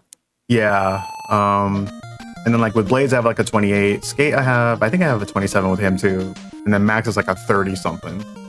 Well, yeah, again, you know, if anyone's ever seen the way Max is moved, it's pretty ridiculously slow in terms of just his movement. Yeah. He just got to drag his butt the entire time. So, Pete, let me ask you this. What is the oldest game you've run? You know, we're talking about all these old school NES, Genesis games. Let me go to my speedrun.com real quick. I was going to say, yeah, you run a lot of games. Because it might be Puyo, actually. Okay, so the oldest game that I have ran, yeah, it would be Puyo 1. It's not on my SRC, but yeah, or I guess you could say well, actually, no, because that was 1993. So yeah, Puyo 1, because it was released in 91. Okay. Yeah, that's very old school, actually, yeah. What platform is that again? It's like on every single console you could think of, but originally it came out in the arcades first, and then it moved to the Genesis, and then there's other ports like Dr. Robotnik's Mean Bean Machine on the Genesis and Kirby's Avalanche on the SNES, but that didn't come out until like 93 and 95 respectively. There isn't NES and Game Boy version of Puyo 1, but for the most part, like when you talk about, you know, said game, it's usually just the Genesis or the arcade versions. Gotcha. I think the only Puyo game I ever played for any extended amount of time, and this is thanks to I think we were talking about the Sonic Mega Collection earlier. Dr. Robotnik's, what is it, like Bean Machine or something like that? Mean Bean Machine? Yeah, Mean Bean Machine. Yeah, that's the first time I ever played Puyo. Like, I'd played Tetris, but I never had played Puyo prior to that. And I remember that being, like, a lot of fun. Yeah, that was also my first introduction to Puyo, was Mean Bean Machine. I did not know what I was doing. I literally learned by getting destroyed by the CPUs. Sometimes it's one of the best ways to learn a game, though. I mean, that's what we had. You know, I talked about this before. We didn't have internet when me and Supersonic first played these games, so you had Nintendo Power, you had like the hotlines, which I would not recommend because that rang up the phone bill pretty bad back then. Oh god, it was like what, $1 a minute or something? Like $1 a minute, which was a lot back then. It really was. Wow. Yeah. It was either that or you like went to your local bookstore and maybe like snuck a peek at like, I've done that before. You snuck a peek at like the back cover and I was like, okay, what can I learn from this quickly? Yeah, that makes sense. I mean, because when we used to run games, some of them did not come with the instruction manual. So you didn't have the instruction manual. You didn't have the internet. Well, what did you have left at that point? Mind, body, and spirit. Yeah, trial and error. That's why we had to rent games for like weekends or sometimes multiple times because you couldn't figure out what was going on. Yeah, exactly. But there was, you know, as much as I laugh about that, there was something about that time period playing video games that was kind of charming too because of it. Oh yeah, like the 90s especially. Like, it's such a great time in general, like for video games. It's like the first time I played an RPG, like SMRPG. I was completely lost. Yeah, go ahead. Good. I'd be quiet in this part because I zoomer. No, you're fine. I mean, again, even if you didn't have the exact same experiences, like trying to figure out a game is still very much across the board. Some people choose to not look at the internet, for instance. You can definitely replicate that experience. I don't think I. Unfortunately, yeah.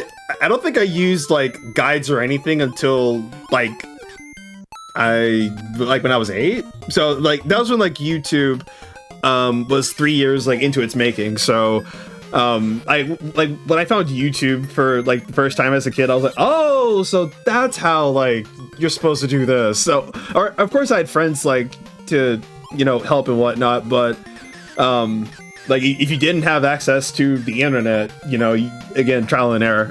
Mm-hmm. Do you know what kind of sorcery, like, with and I'm sure Supersonic, again, game facts, like that was like such a sorcery thing when we first discovered that on the internet. It was like, wait a second, what? It's like all right here, like people have written guides for this. Yeah. Yeah. Those were the days. Oh yeah. It was like, oh my goodness, or you looked it up on Ask Jeeves or something like that. Oh my God, Ask Jeeves. That's a name I haven't heard in years. Holy cow. Yeah, that was something. Or you wanted to look up something, but then you picked up the phone and it was fuzz. It was like, hey, get off the phone. I gotta look this up. Yep. We're getting close to the end here, actually. All right, well, you still got time here. I'm showing just a little under 5 minutes right now. Never mind, it might be a little longer. No! Hey, so I'm going to quote something you said, okay? The only reason I'm saying this is because you said it. It's not a supersonic level until you die on the first level, ... and the last level. That is great. It's just the first and last levels. Hey, I normally wouldn't pick on you, but you called it out, so I had to. Hey, I mean, I own up to that, so it's all good. I mean, this is still a lot of fun. Like, I haven't played this game in so long, and I'm having a blast playing this. Oh, this is fun watching you play this, for sure. Let's see, that there. I should probably be careful with my health coming up. Where's that guy at? Throwing his plunger at me. There we go. Yeah, I'm gonna take this too. With enemies in the 90s throwing plungers at people, what did they think that was gonna accomplish? They have a lot of toilet humor. Apparently, yeah. Guys going that way, you're going this way, you're gonna throw the hat again. Oh, that's messed up. I felt that one. That was ridiculous. Oh. You still got time. I think I still have plenty of lives because I got a 1-up just recently, so we should be okay, I hope. Yeah, 3.5. Come on, Supersonic. Supersonic just wants it to be dramatic again. Yeah, I guess I do. I suppose I do. Stuff, you're doing great. You're doing great. This is a tough level. A lot of projectiles. Yeah, no checkpoints whatsoever because it is a very long string. So,